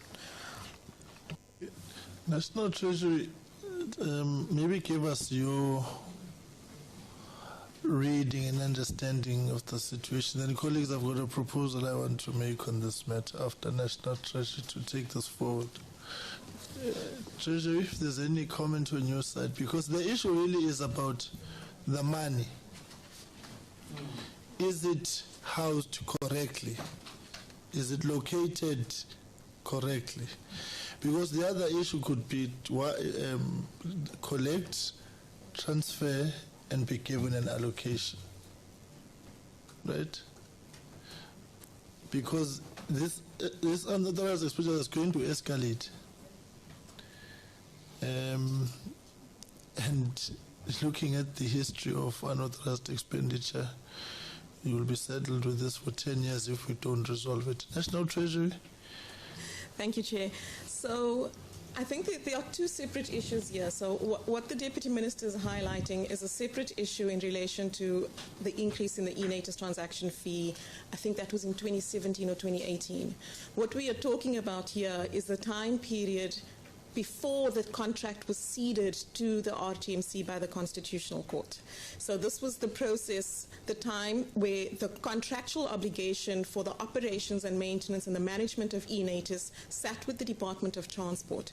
But the revenue and the revenue stream that the Minister of Finance concurred to for that was being collected by the RTMC. So there was a mismatch between who had the obligation to make the payment for the maintenance of the system versus who was collecting the money for the system.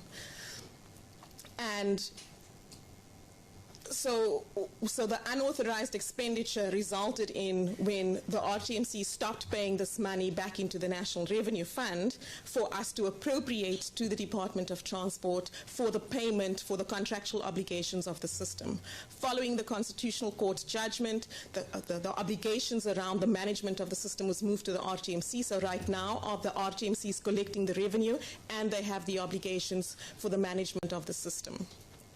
So what we have here is a situation where there was some agreement around, and it's probably just a misalignment in how we intended to move the contract versus how the contract actually moved that has resulted in this.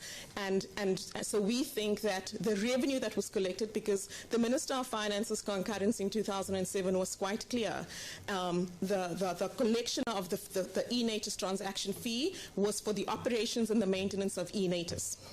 The Minister of Finance's concurrence also said any surplus money must then come back to the National Revenue Fund.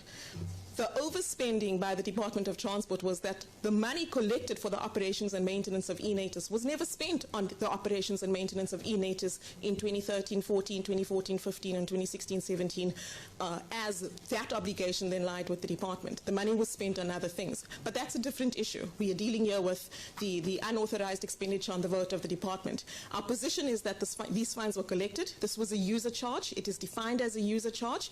The determination of that user charge was based on the modeling that was done and the costing for the maintenance of the system. So as Mr. Gerber has said, that this was the 5-year period, and the step charges that was provided for in the Minister of Finance's concurrence was based on what it would cost to run the system, and that is what we did. There was an issue when the Department of Transport was struggling to get the money out of the RTMC, when the RTMC, they asked us to, can they change that? So the Department of Transport asked us to issue a new instruction note on how the funds should flow. But we couldn't issue that instruction note, which is the point that was made around the FFC, was because the regulation that the Minister the Minister of Transport then issued instructed that the money will then go through via the RTMC, and there was no way that we could circumvent that. So we'd never issued that. But the arrangement was still in place until the contract was ceded, that we were able to then have to collect the money from a user to pay for the management of the system. Thanks. All right, let's do this. Let's do this. Colleagues, may I request that we take this matter to Parliament Legal and ask them to confer with the Budget Office, with Dr. Janki's office here in Parliament, and hand over all these legal things to them, because the issue for me is the legality of the location of the money. Because you can see here, Uti, next year we're going to come back, and then again and again. So to get guidance in terms of how we process this, and we will work out the modalities of it, but I think let's take it to this particular unauthorized expenditure for National Treasury of Department of Transport, RTMC, to go to legal and the Budget Office and see how they can assist and guide Parliament in processing this. If need be for a motivation for outside help, I think we will do so. Because I sense that there is legal jostling, and that's why I'm very, an opinion is an opinion, right? Legal or otherwise, an opinion. So let's get our own, so we can have a view, and then we can build into it so that we conclude this matter once and for all. Because we're speaking about a lot of money here. Because You see, RTMC doesn't have an audit outcome of unauthorized expenditure. It sits with you, but the money sits with them. So the relationship is, you account for the funds and they spend it. The unauthorized expenditure is increasing on your books, on money that you are not. All right. Yeah. Mr. Chairman, just a quick one. I'm absolutely in line with what your thinking is, so that's fine. But I think that one must, and I think I'm right, the Constitutional Court stopped this. So there was a period when this occurred and it's no longer occurring, as I understand it, because otherwise it is very urgent. But it's urgent anyway. And that period... who was the CEO then, and where is he now? Oh, yeah, sure, ma'am. Over to you. Any one of you? Chair, in 2012, when the FFC opinion was sought, it was the acting CEO was Mr. Letsoalo, Collins Letsoalo, who was seconded from the department to the RTMC, and from 2014 going forward is Advocate Masibi. He did tender his apologies. He's in Swaziland at this stage. See, that's why I didn't want to go there. This is. It's not a can of worms to be opened. Yeah, because it in a way it puts things in a particular view for us. All right, that's fine. What we'll do, DM. Apologies. We're gonna await. We're gonna interact with. The nub of the question, really, for us is how to process this unauthorized expenditure, looking at all the legal gymnastics at play and consequences, constitutional court judgments and their implications, with a view to give guidance in terms of how we conclude this matter of clearing the RTMC. My request is simple. Please cooperate with Parliament Legal in this process. So, Department of Transport, RTMC, National Treasury. Otherwise, if you don't, we will not move until we've gotten that guidance. So the way out on this is for us to be comprehensively and holistically briefed. So your cooperation and commitment to this process is called upon to ensure that you bring this matter for yourselves to a logical conclusion. May I therefore take this opportunity to thank the DM of Transport and DG and your team and National Treasury team. We'll give you an opportunity to make any concluding remarks if there are any, as we've done with the other colleagues. Thank you very much, Chair. At least I've not earned the title of DM of SCOPA, so which I think I'm still. But Chair, thank you so much. I think we welcome your ruling, and the department will certainly 110% give all support to the process, because as you rightfully said, the unauthorized expenditure sits with the Department of Transport. And for us, that is what our preoccupation really is, and we want to find a resolution to this. So thank you very much. I missed at the beginning, Chairperson, to register once more the apology of the Minister, who has a family bereavement. I couldn't hear earlier whether you did receive it officially, but I thought I should say so, that the reason she's not here, it's because of that family bereavement. But thank you so much, Chair, and to the honorable members. Thank you, Chair. No, thank you very much. And please convey our condolences to the Minister, to her and her family. And I think, Sister, can you convey same, because it was brought to our attention, the Deputy Minister of Basic Education as well. All right. On that note, the meeting stands adjourned. Are we going to? All right. You're invited to lunch in the Marks Building Boardroom. Dining hall. House is at 3 today for questions. Thank you very much. Meeting stands adjourned.